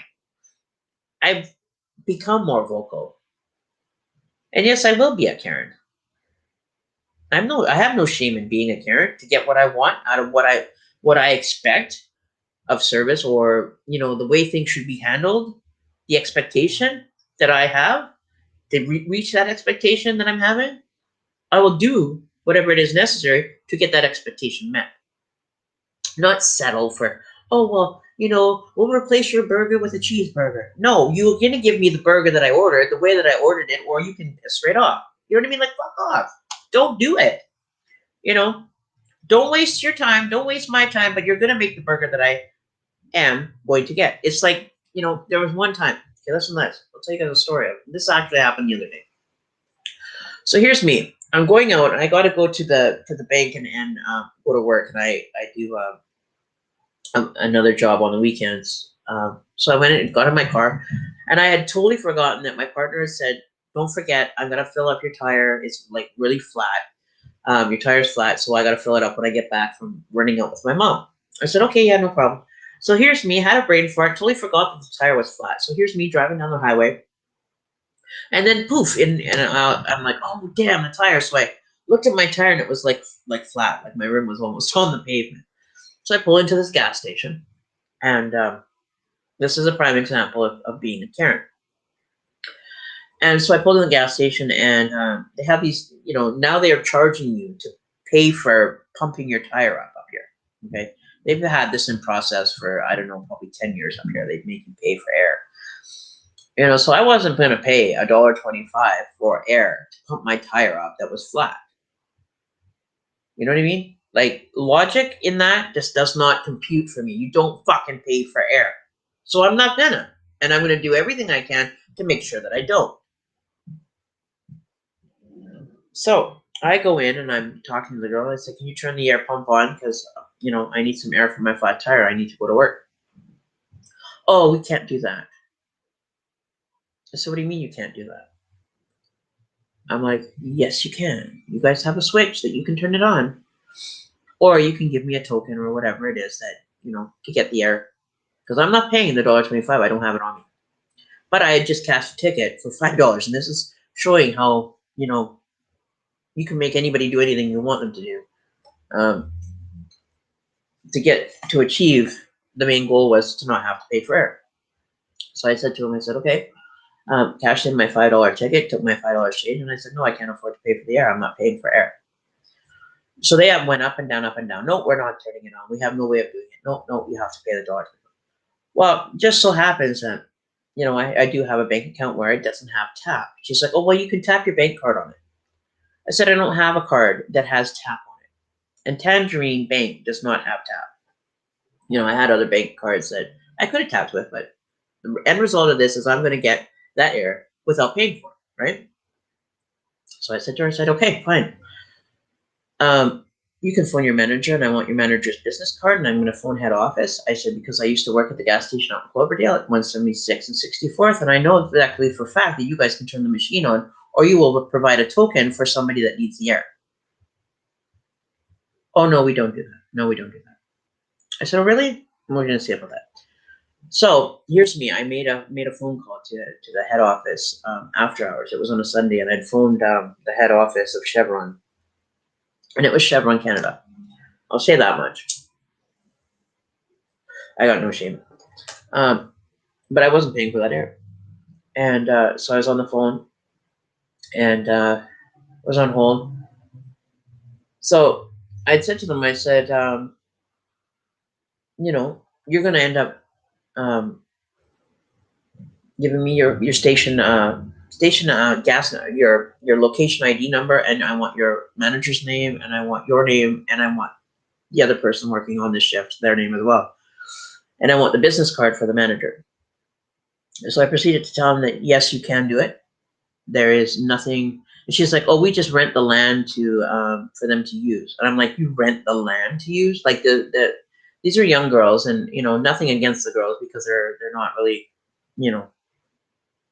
thinking at all. Like, you could see the mentality level was just like flatlined. So I said, no, I want your business card. I said, you can phone your manager and tell him that I want my air, and I'm not leaving here until I get it. So she phones the manager, and she's talking to them, and she had herself turned, and I said, no, I want my air. I don't have a card that can tap, and I want to be able to pump my car up. I need to go to work. I need my tire filled up before I leave here. I can't drive on a rim. So a few minutes go by, she's on the phone with the manager, and I said, okay, listen here. That is the most ridiculous thing to pay for air. I'm not paying for it. I don't have a card that can tap. So I gave him everything possibly to review. Anything that he would say, I would find something to go behind it and say, listen, no, I'm not going to pay for it. I don't have a card to do it, and I don't have cash. Even though I had just cashed, logically, and that you should think about this, she just cashed a $5 ticket. She has the change. I just took $5. But I got the air. End of the story was, after all that of a 20-minute standoff with these, cashiers, I did walk away with getting my tire filled. They gave me a token, which they could have saved all that trouble and my time and could have dealt with it. Gave me a token and put the air in my car. Now, logically, it would have been, courtesy would have been, okay, here, big deal. It's only, it's only air. It's going to cost you 10 seconds of your time to hand me a free token that you guys use for them. And it's free air. And it's like, so what? You don't make $1.25? Who the fuck pays for air anyway? Like, that is the most ridiculous, redundant idea that has ever crossed my mind. Like, logic. Like, really. You know what I mean? Fuck. So I walked away with getting my air, and I didn't pay for it. I get to the point of what I came in to achieve, regardless if I have to take, a roundabout way to get there or detour to get there, but I walk out with exactly what I want, what I came with the intention of getting when I walked into it. And I wasn't giving up. And that's what life is like. You keep going, you keep struggling, you keep pushing forward, and you don't stop until you get the result that you want. This is your creation. This is your life. This is everything that is relevant to you and you feel adamant about. Don't give up. Don't stop at halfway and say, oh, I can't do the marathon. But you've been training for this marathon. You've done everything to get this far and you're just going to give up? Then don't even bother entering. You know what I mean? So that's why I'm saying that my channel is going to take a whole different view. I'm going to push you to the max. And if you don't want to be pushed, then find another tarot reader that's going to sit there and coax you and let you kind of float by. Because on this channel, you're not going to get to float by. You're going to get what you need to get your fucking ass moving and achieve things in life. Do it because you want them, not because, oh, well, I can't get there, so I'll just give up. I'll just, go back to bed because today's going to be a lousy day. So what? It's raining. You're going to fucking melt in the rain because it's bad weather? I'm out in the rain all day, and I used to hate rain. Now it's like I do my job in the rain. It's like, yeah, I hate it, but I still get paid, for per hour for delivering a package that, I'm out of my truck for what, 5 seconds in the rain, but I'm still getting paid to do that? Like, I'm going to get out in the fucking rain and do my fucking job because I'm getting paid to get it done. You know what I mean? So, you can either sit by and let life happen, or you can get the fuck in there and take a piece of life and make it happen. You know what I mean? Like, where do you want to be on? What side of the fence do you want to be on? Do you want to see everybody having, exciting experiences and doing everything and living, what they truly want in their life to be part of and have and that they feel that they should have in their life? Or do you want to sit there and kind of sit back and go, well, I'll just, let life happen. If it happens to throw me a scrap here and there, then yeah, that's cool. I can settle with that. Sorry, man. I ain't fucking settling. Hell no. Some days I check out of life and say, okay, I need to take a break from life because it's going too fast for me. That's okay. But to stop and not achieve those wishes and dreams and hopes, you got to get back into the race. Stay in the race because it's going to be worth it in the end. You've got something worth fighting for. You've got stuff that is so important to you that you've invested your time and energy into. This is just the beginning. What's to say that, you're going to give up now? What is going to happen when you're in a relationship and things get tough or things get hard? You're just going to walk out because it's too hard for you to handle? Push yourself to that limit. Go to the gym. Work that extra half an hour. No matter how hard it hurts you to lift that last weight, push yourself. Say, I did that extra weight. You know what I mean? Like, it's very easy to get caught and say, give up when it gets tough because it's too hard for you. Oh, what the hell? Too hard? Let me show you what hard is. Okay? Let me give you an example of hard. My life was hard. Everybody's all crying about this, crying about that. Go through a life of being given up by an alcoholic mother, not knowing who your family was, having a dysfunctional relationship in your adopted family and being told all your life that you're fucking no good, that you're fucking useless, you're just a fucking native, you're dirty, and you're good for nothing. We only took you because we had no other choice to have you. You get hit with electrical cords, you get reprimanded with pepper being in the mouth because you said a bad word by mistake, or because the environment that you in, they swore and you say a swear word because you thought it was cool. They reprimand you with pepper, but it's okay for them to do it. No, it doesn't work that way. You know what I mean? Then getting raped and molested and abused and beaten, your nose broken in relationships that were dysfunctional and feeling that that's the only life that you ever deserved, you can either choose to just continue in that way, or you can choose to step up and say, listen, I want to have my life back. I won't stand for it. So I get into a relationship that is abusive, that was detrimental to my mental health, my sanity. Walked away from that, and it took a long time to get over. It still affects me to this day. My children going through it, and you think you have it hard because you can't get through just a little bit of, a short period. Do 48 years of hell, and then look back and say, "Fuck!" And I was worried about a week or 2 or 3. You can't. Don't let that. It's temporary situation. It may seem like the end of the world to you, but try going years of years and years and years of it until you finally look back and you go, what the fuck am I doing? Why am I still doing this to myself? Like, why am I not taking him and taking charge of it? My whole world flipped. And I don't let anybody walk on me. I don't let people abuse me. I don't let men beat me. I don't feel that I deserve that. I deserve better. And I stand my ground, and I don't care. It could be the biggest man in the world. The guy could be 230 pounds threatening to fucking beat me. I will stand up, no matter if I come out of there black and blue still, but I'll still stand my ground and handle it. I'll carry my shit. You know what I mean?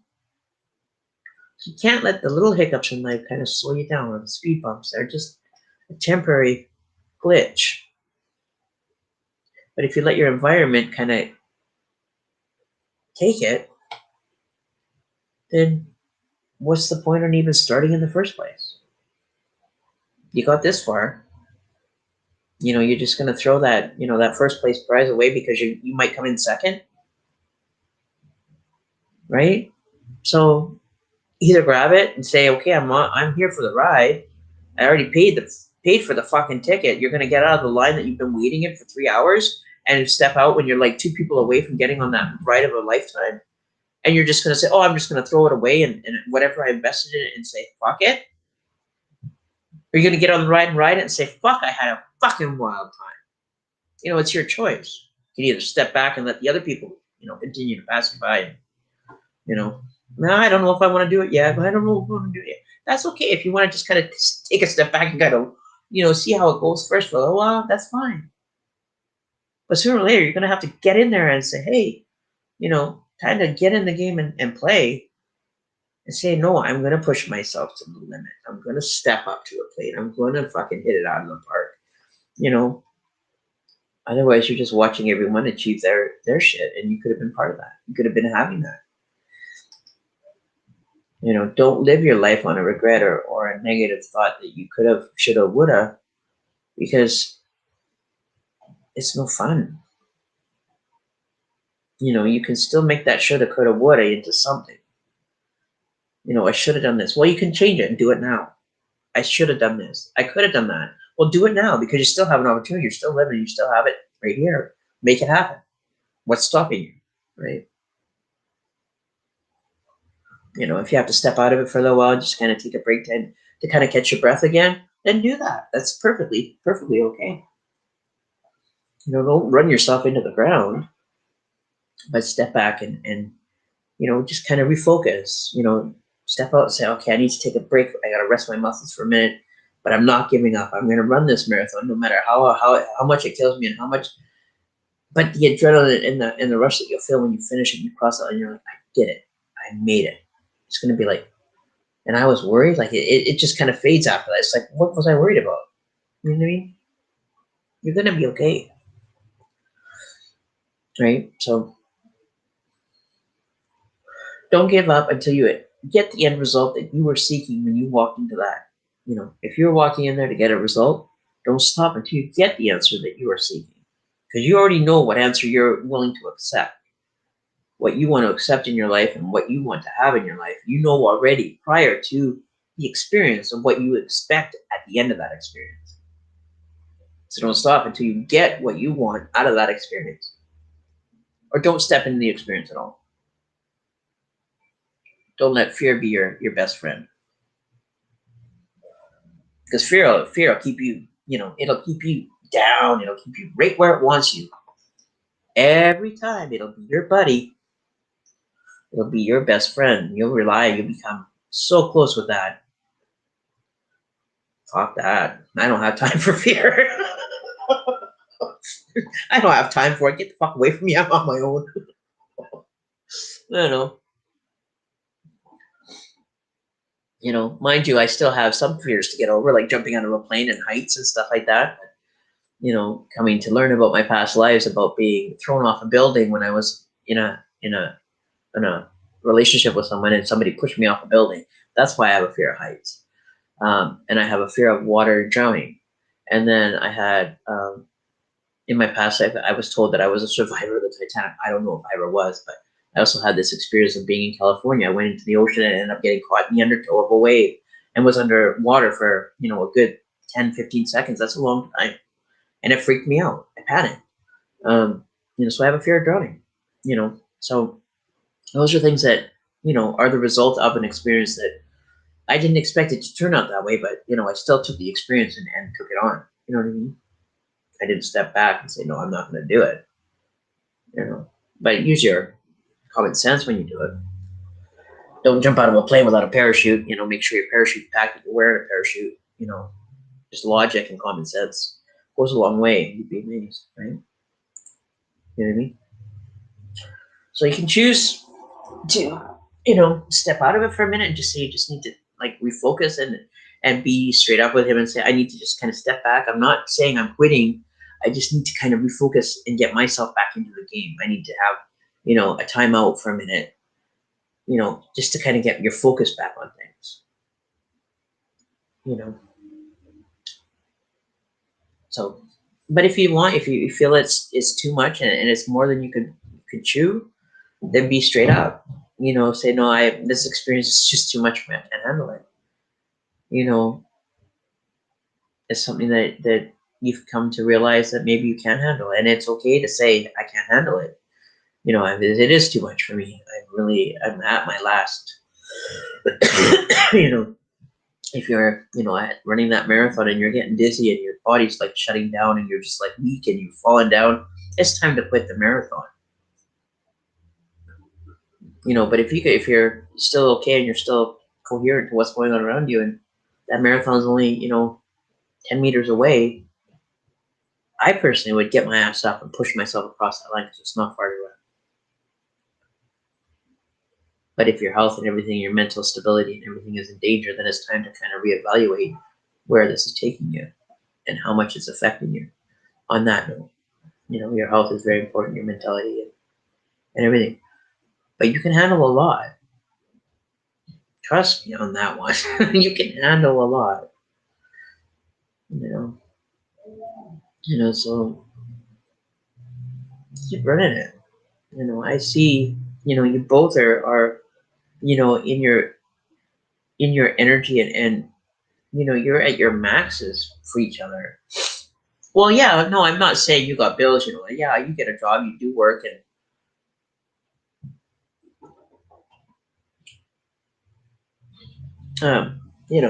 you've got things to handle. You have to understand that there's a waiting game, and unfortunately, you guys are really feeling it in the States, and it's unfortunate you guys are suffering so bad down there with all this COVID shit. Oops, I shouldn't have said that because I'm on YouTube as well, but I'm not monetized anyway, so I don't care. With all this, wearing a mask and everything, and it's like a mask isn't gonna do you shit if you're gonna catch it. You'd have to be wearing a hazmat suit like the frontline workers are wearing to actually do any good. So you'd see everybody walking around in hazmat suits if you want to really not catch it. Now, that makes sense. But to wear a mask and tell people, social distancing, this and that, you're going to catch it if you're going to catch it.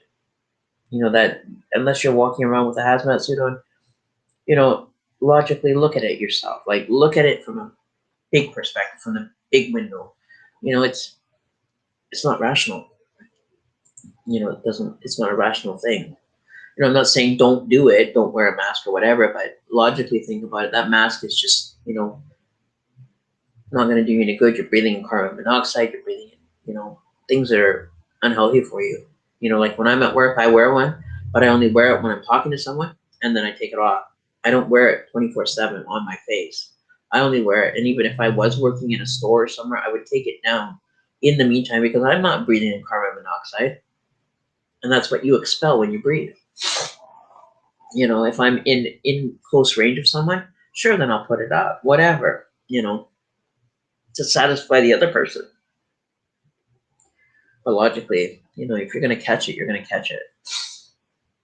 You know, it's a lot of the elderly that we worry about are people that have the incomparable autoimmune diseases, and you know, logically, if you're a compromised person, you should be staying away from public areas. Don't go where there's large people.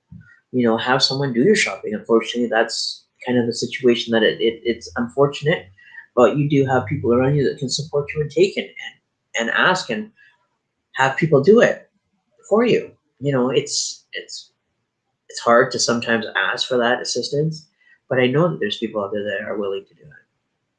You know, if it's such a concern, then don't put yourself in harm's way. Like common sense would tell you.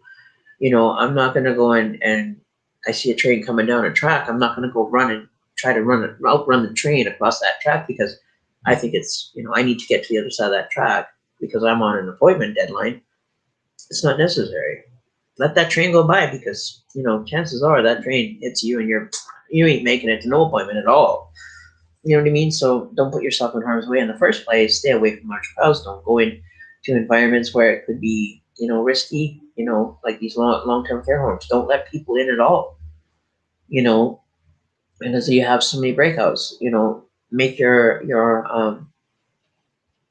sanitation before you enter like a like a like as if they were in a bubble. You walk in, you have a zone where you change your clothing, then you walk through another zone. You know, do the extra steps. Police don't have to go through that. You know, might be a little extra 5 minutes you have to spend, but do it. You know, just for the rest of us, business as usual. You know, for us up here it is anyway. You know, out in Ontario they've got them shut down 24/7. Out here we're running businesses, we're working, you know, we're not too concerned, but you know, we've had up to 1,000 cases a day, but we're still running businesses and going to work and doing everything we need to do. So really, is there logic in that? I don't know. Doesn't make sense if there's such a high risk for this to be transferred and all this shit. Why are we not locked down? If it's that, you know, crazy of a situation, why are some countries running and some countries are shut down? You know, does that make sense? No, it doesn't. No, you know, I still carry on my life. You know, I still move and I still go and do things. I don't stop my life because of it. You know, so keep doing it. You know, take care of what you need to take care of because nobody's going to do it for you. Nobody's going to come over and hand you the bill, the money for the bills, and say, "Here, pay your bills." You know, you still have to get out, get a job, work, and pay your bills. And if somebody was to come up to me and say, "No, you can't work," then you fucking pay my bills or you put a cap on it so that I don't have to be responsible in the meantime for the bills while you have us in a lockdown. And stand your ground on it. You know, be the voice. Stand your ground on it. Be, you know, be the resistance to their, you know, control, their need to, you know, have you kind of in a box because you're easier to control that way. So if they're going to pay your bills for you, then fine. I'll sit in a box. If you're going to pay my rent, you're going to pay my bills for me. Sure, no problem. I'll stay at home and I'll stay in my house. I'll go out and buy my necessary things and I'll stay home. But my bills and everything better be covered while you think that you can shut me down. Otherwise, get the fuck out of my way. And that's the way I am. I'm stubborn that way. I'll be the first one to be yours. So if you want to arrest me for being non-compliant, then go ahead and arrest me. You know, I'm not trying to create havoc or anything, but I'm going to take care of what I need to take care of to make sure there's shit on my table and things are taken care of in my house. You do your house, I'll do my house. And, you know, if we happen to cross paths in between, then great. If not, well, wish you luck. I'm stubborn. I'm very, very stubborn and very, I don't know. Some people call me cold-hearted bitch. Karen. Yes, I am. And I will take it to my grave. But I'm a lot happier now. I can say that I'm happier achieving the things that I want. That's for sure. So who do we have here? Oh, I can't even read the names. My eyes just went wonky. So we have Sarah Ziegler and Cyan Ashley. Okay. So what kind of reading did you want, Sarah?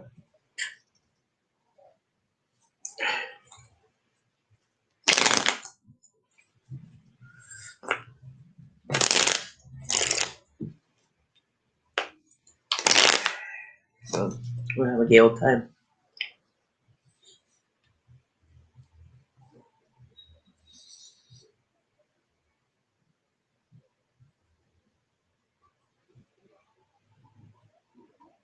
Well, I had a friend growing up that was Cyan.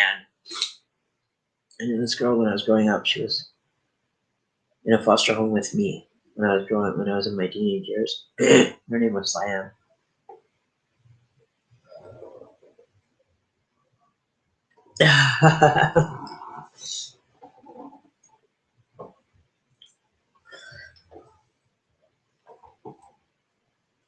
All right.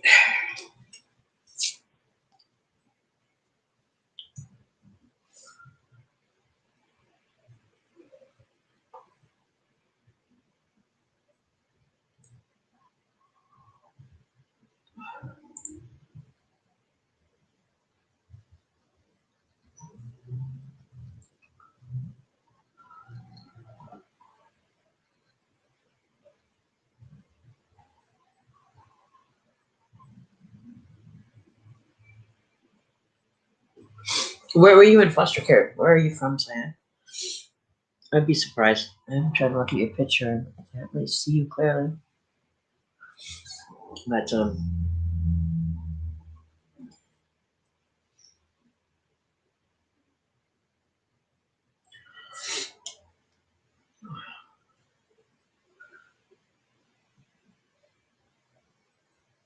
how long have we been going for here? I can't even see.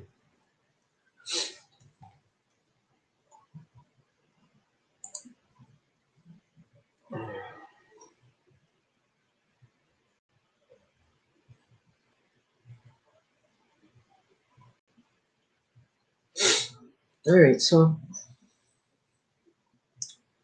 do.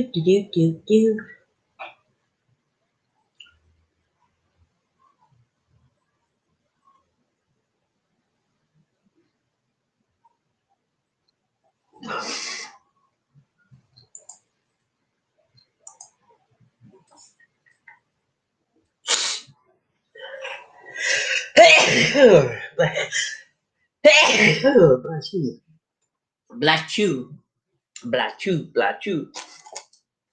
All right. What time is it? Oh, it's 5 o'clock. Oh, it's still early.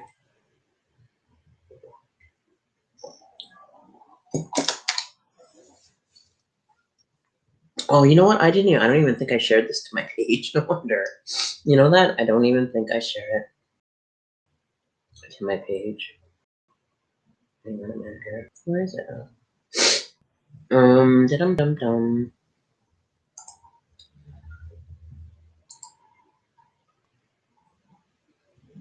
Oh, hang on. I forgot to share this to my page. No wonder. It's like I'm only seeing a few people here.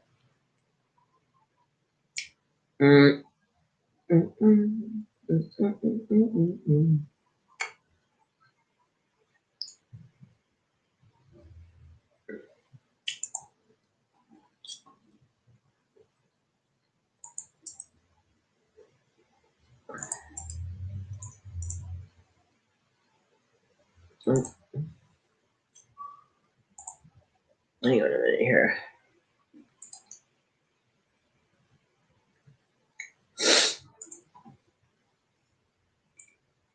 It's 6 p.m. St. Louis. Oh, okay. Well, I'm in Canada. Oh, give me a second. Where am I here? Okay, so share.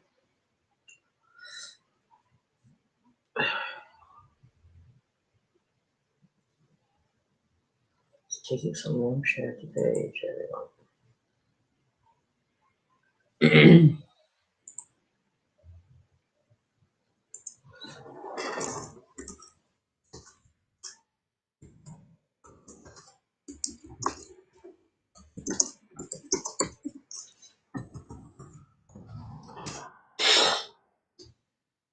Okay, there we go.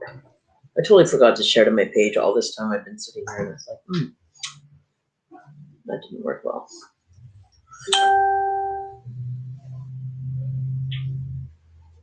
Okay. So where am I?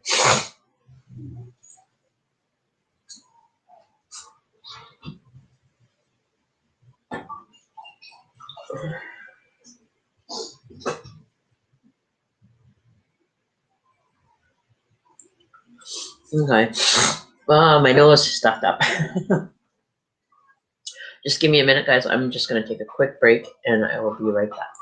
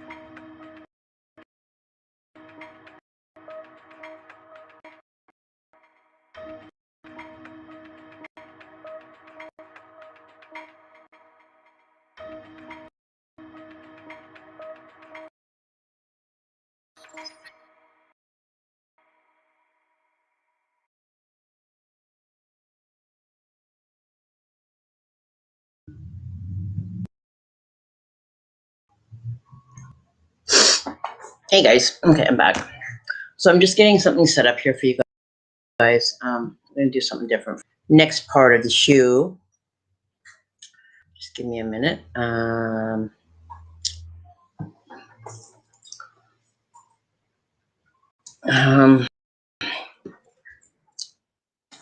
Give me one sec here. Let me just get. Oh, not giving me a problem. Give me one sec here.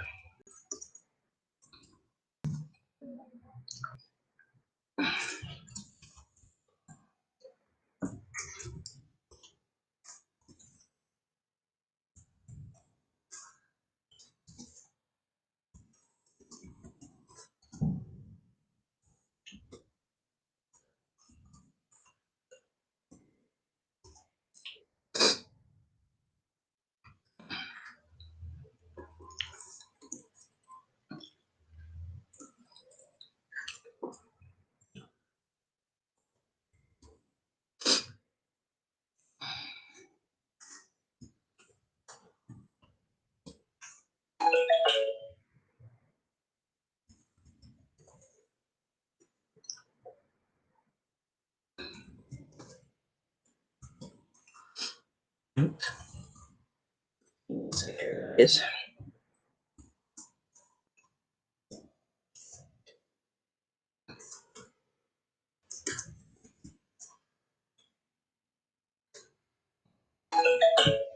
Oops.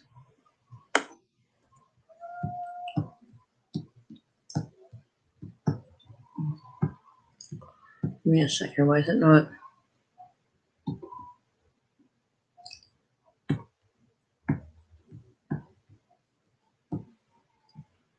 There we go.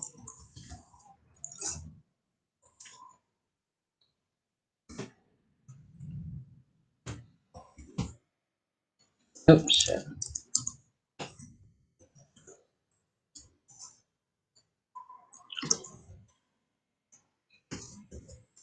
Give me one sec. I'll be right with you guys.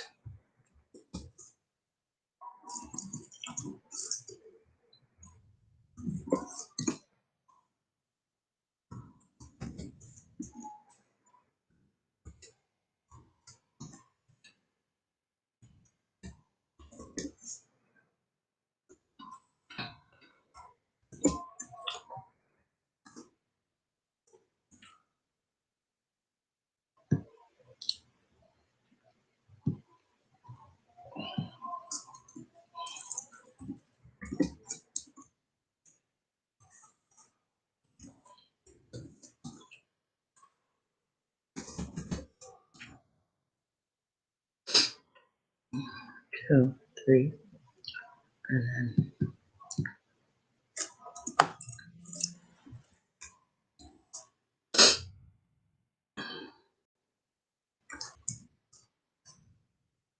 Okay, almost done.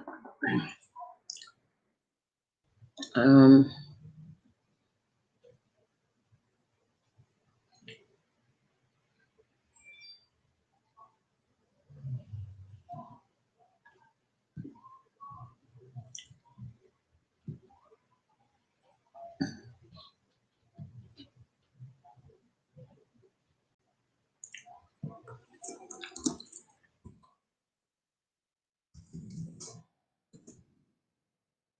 Oops.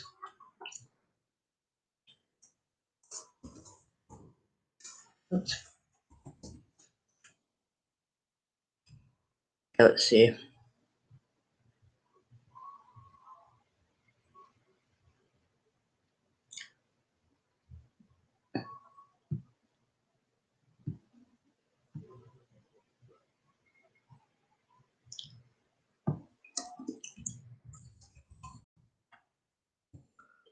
here. Hang on one sec. I'm almost done, you guys. I just got this set up. I just thought of this just now.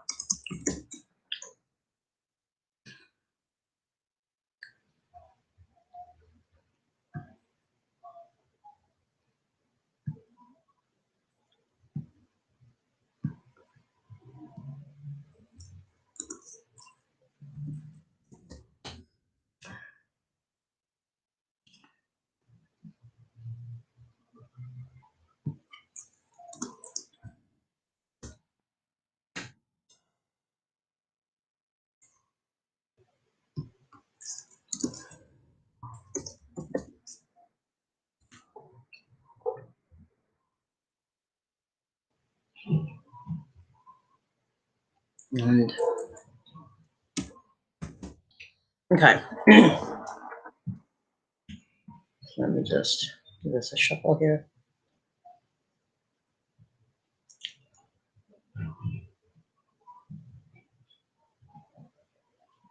Oh, I need one more here. Hang on. Throw one in here. Okay, so there we go.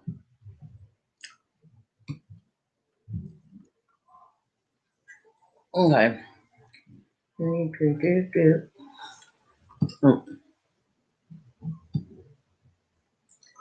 we go. That's about right. There we go. Okay. So what I'm going to do is, so we're going to change this for that second half. I'm going to get a reading tonight. We're going to do spin the wheel night to earn your length of reading. And to get that, you get to make a donation and you get to spin the wheel. So we're going to change this. Where are we here? So we have anywhere from 2 to 10 minutes. Actually, I wonder if I should throw a couple 15 minutes in there. Throw some 15-minute ones in there as well. Here, hang on. Throw in a couple 15-minute. Oops, we'll throw in some 15s.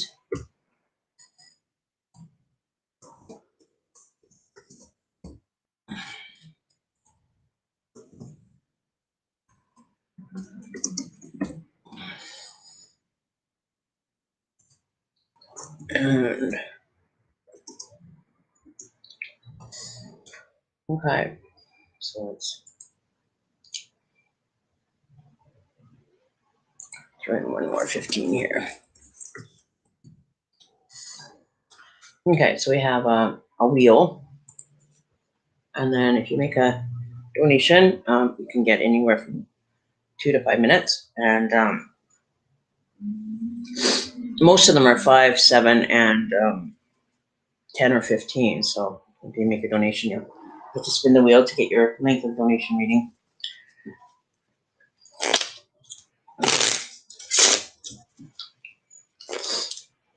Make it a little bit of fun for you guys. I'm doing good, Tanisha. How are you doing? Where's my chat?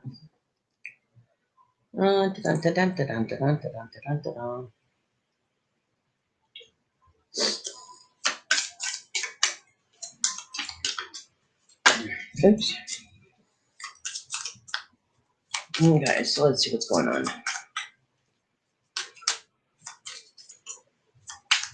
See, it's not showing me if there's even who's here or not. Tanisha McCarty, how are you doing? I'm doing actually all right. I'm here and alive. Oh, why are my lights gone out now? They're not here.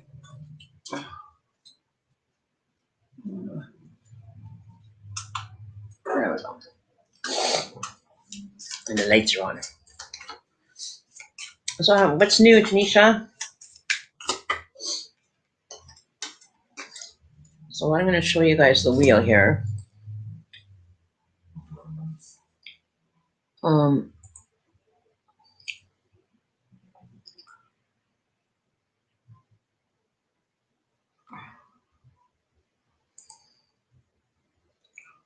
Close that. Let me just change this a bit here.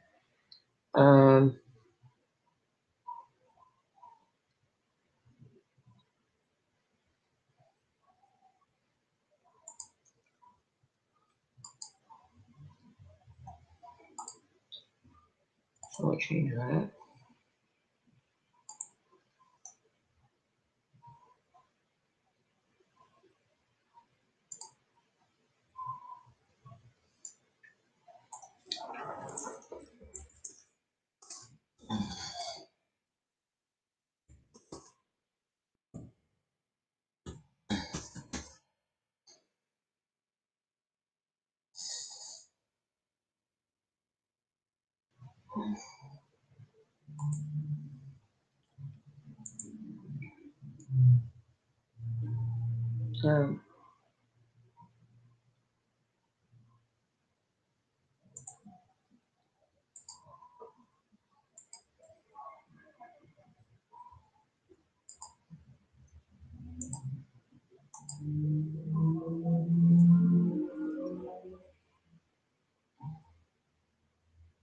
Let's see.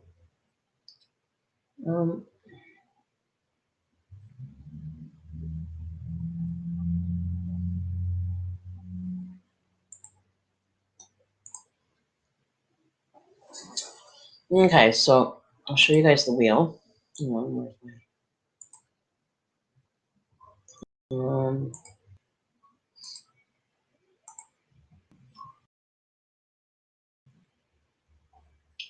So there's the.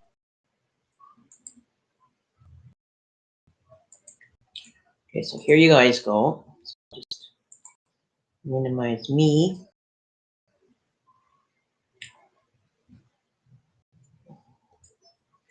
There's the wheel. You guys end up making sure you get to the wheel. You get a random amount of reading. So like this is just an example of what will happen. Spin it, and then whatever it lands on is how long your reading will be.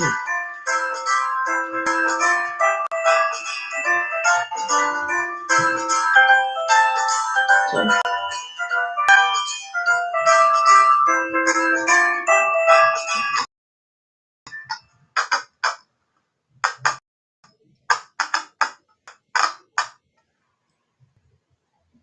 oh, it is on the 4, isn't it? Oh wow, that's really on the line. Oh wait. So spin again. So get a free reading.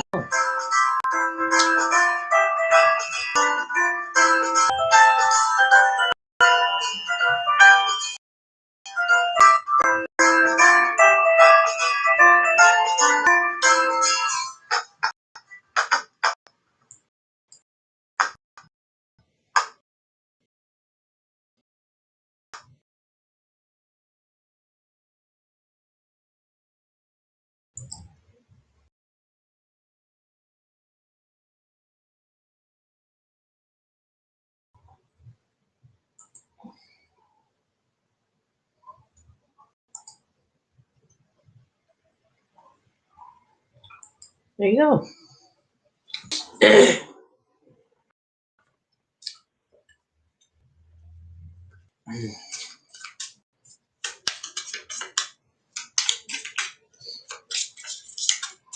Have a little bit of Christmas fun.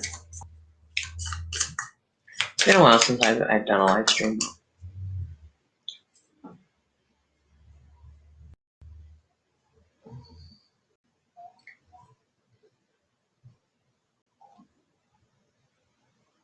I can't even read that. I need my glasses. I don't know when my eyes have to be up there. Tanisha.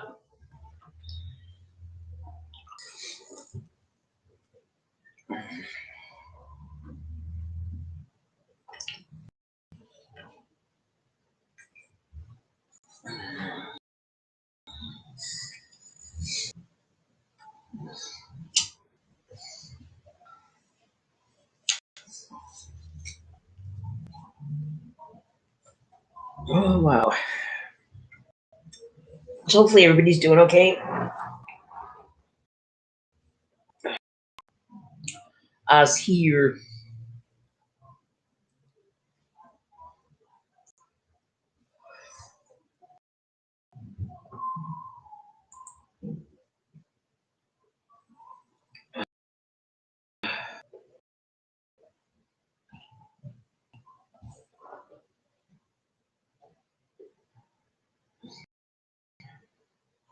Let's see what's going on in the spirit box. You guys tonight. dwell in you. But if anyone has not the Spirit of Christ, it is not of him. But in you, the body is dead on account of sin. The Spirit, life on account of righteousness. Like him that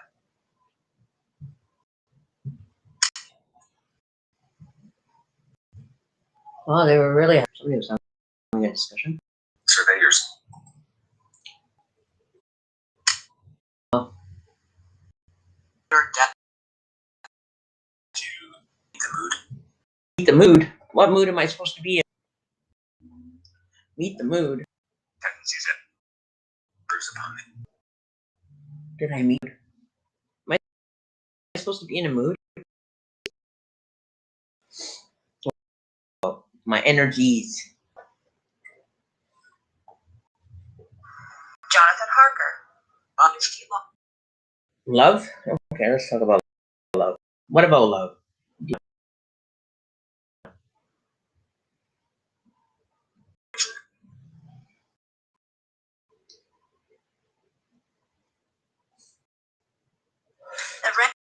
Yes, we're doing a show. We're live.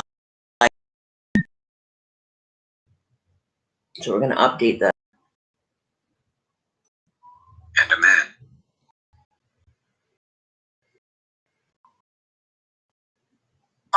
All things.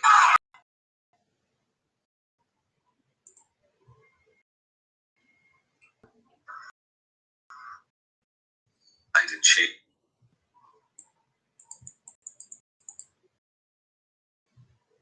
Best play with Maddie.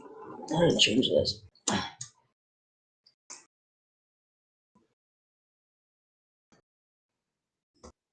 Life.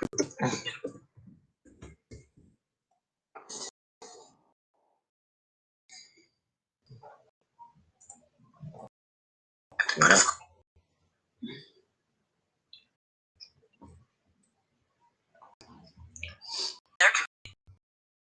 Lettering.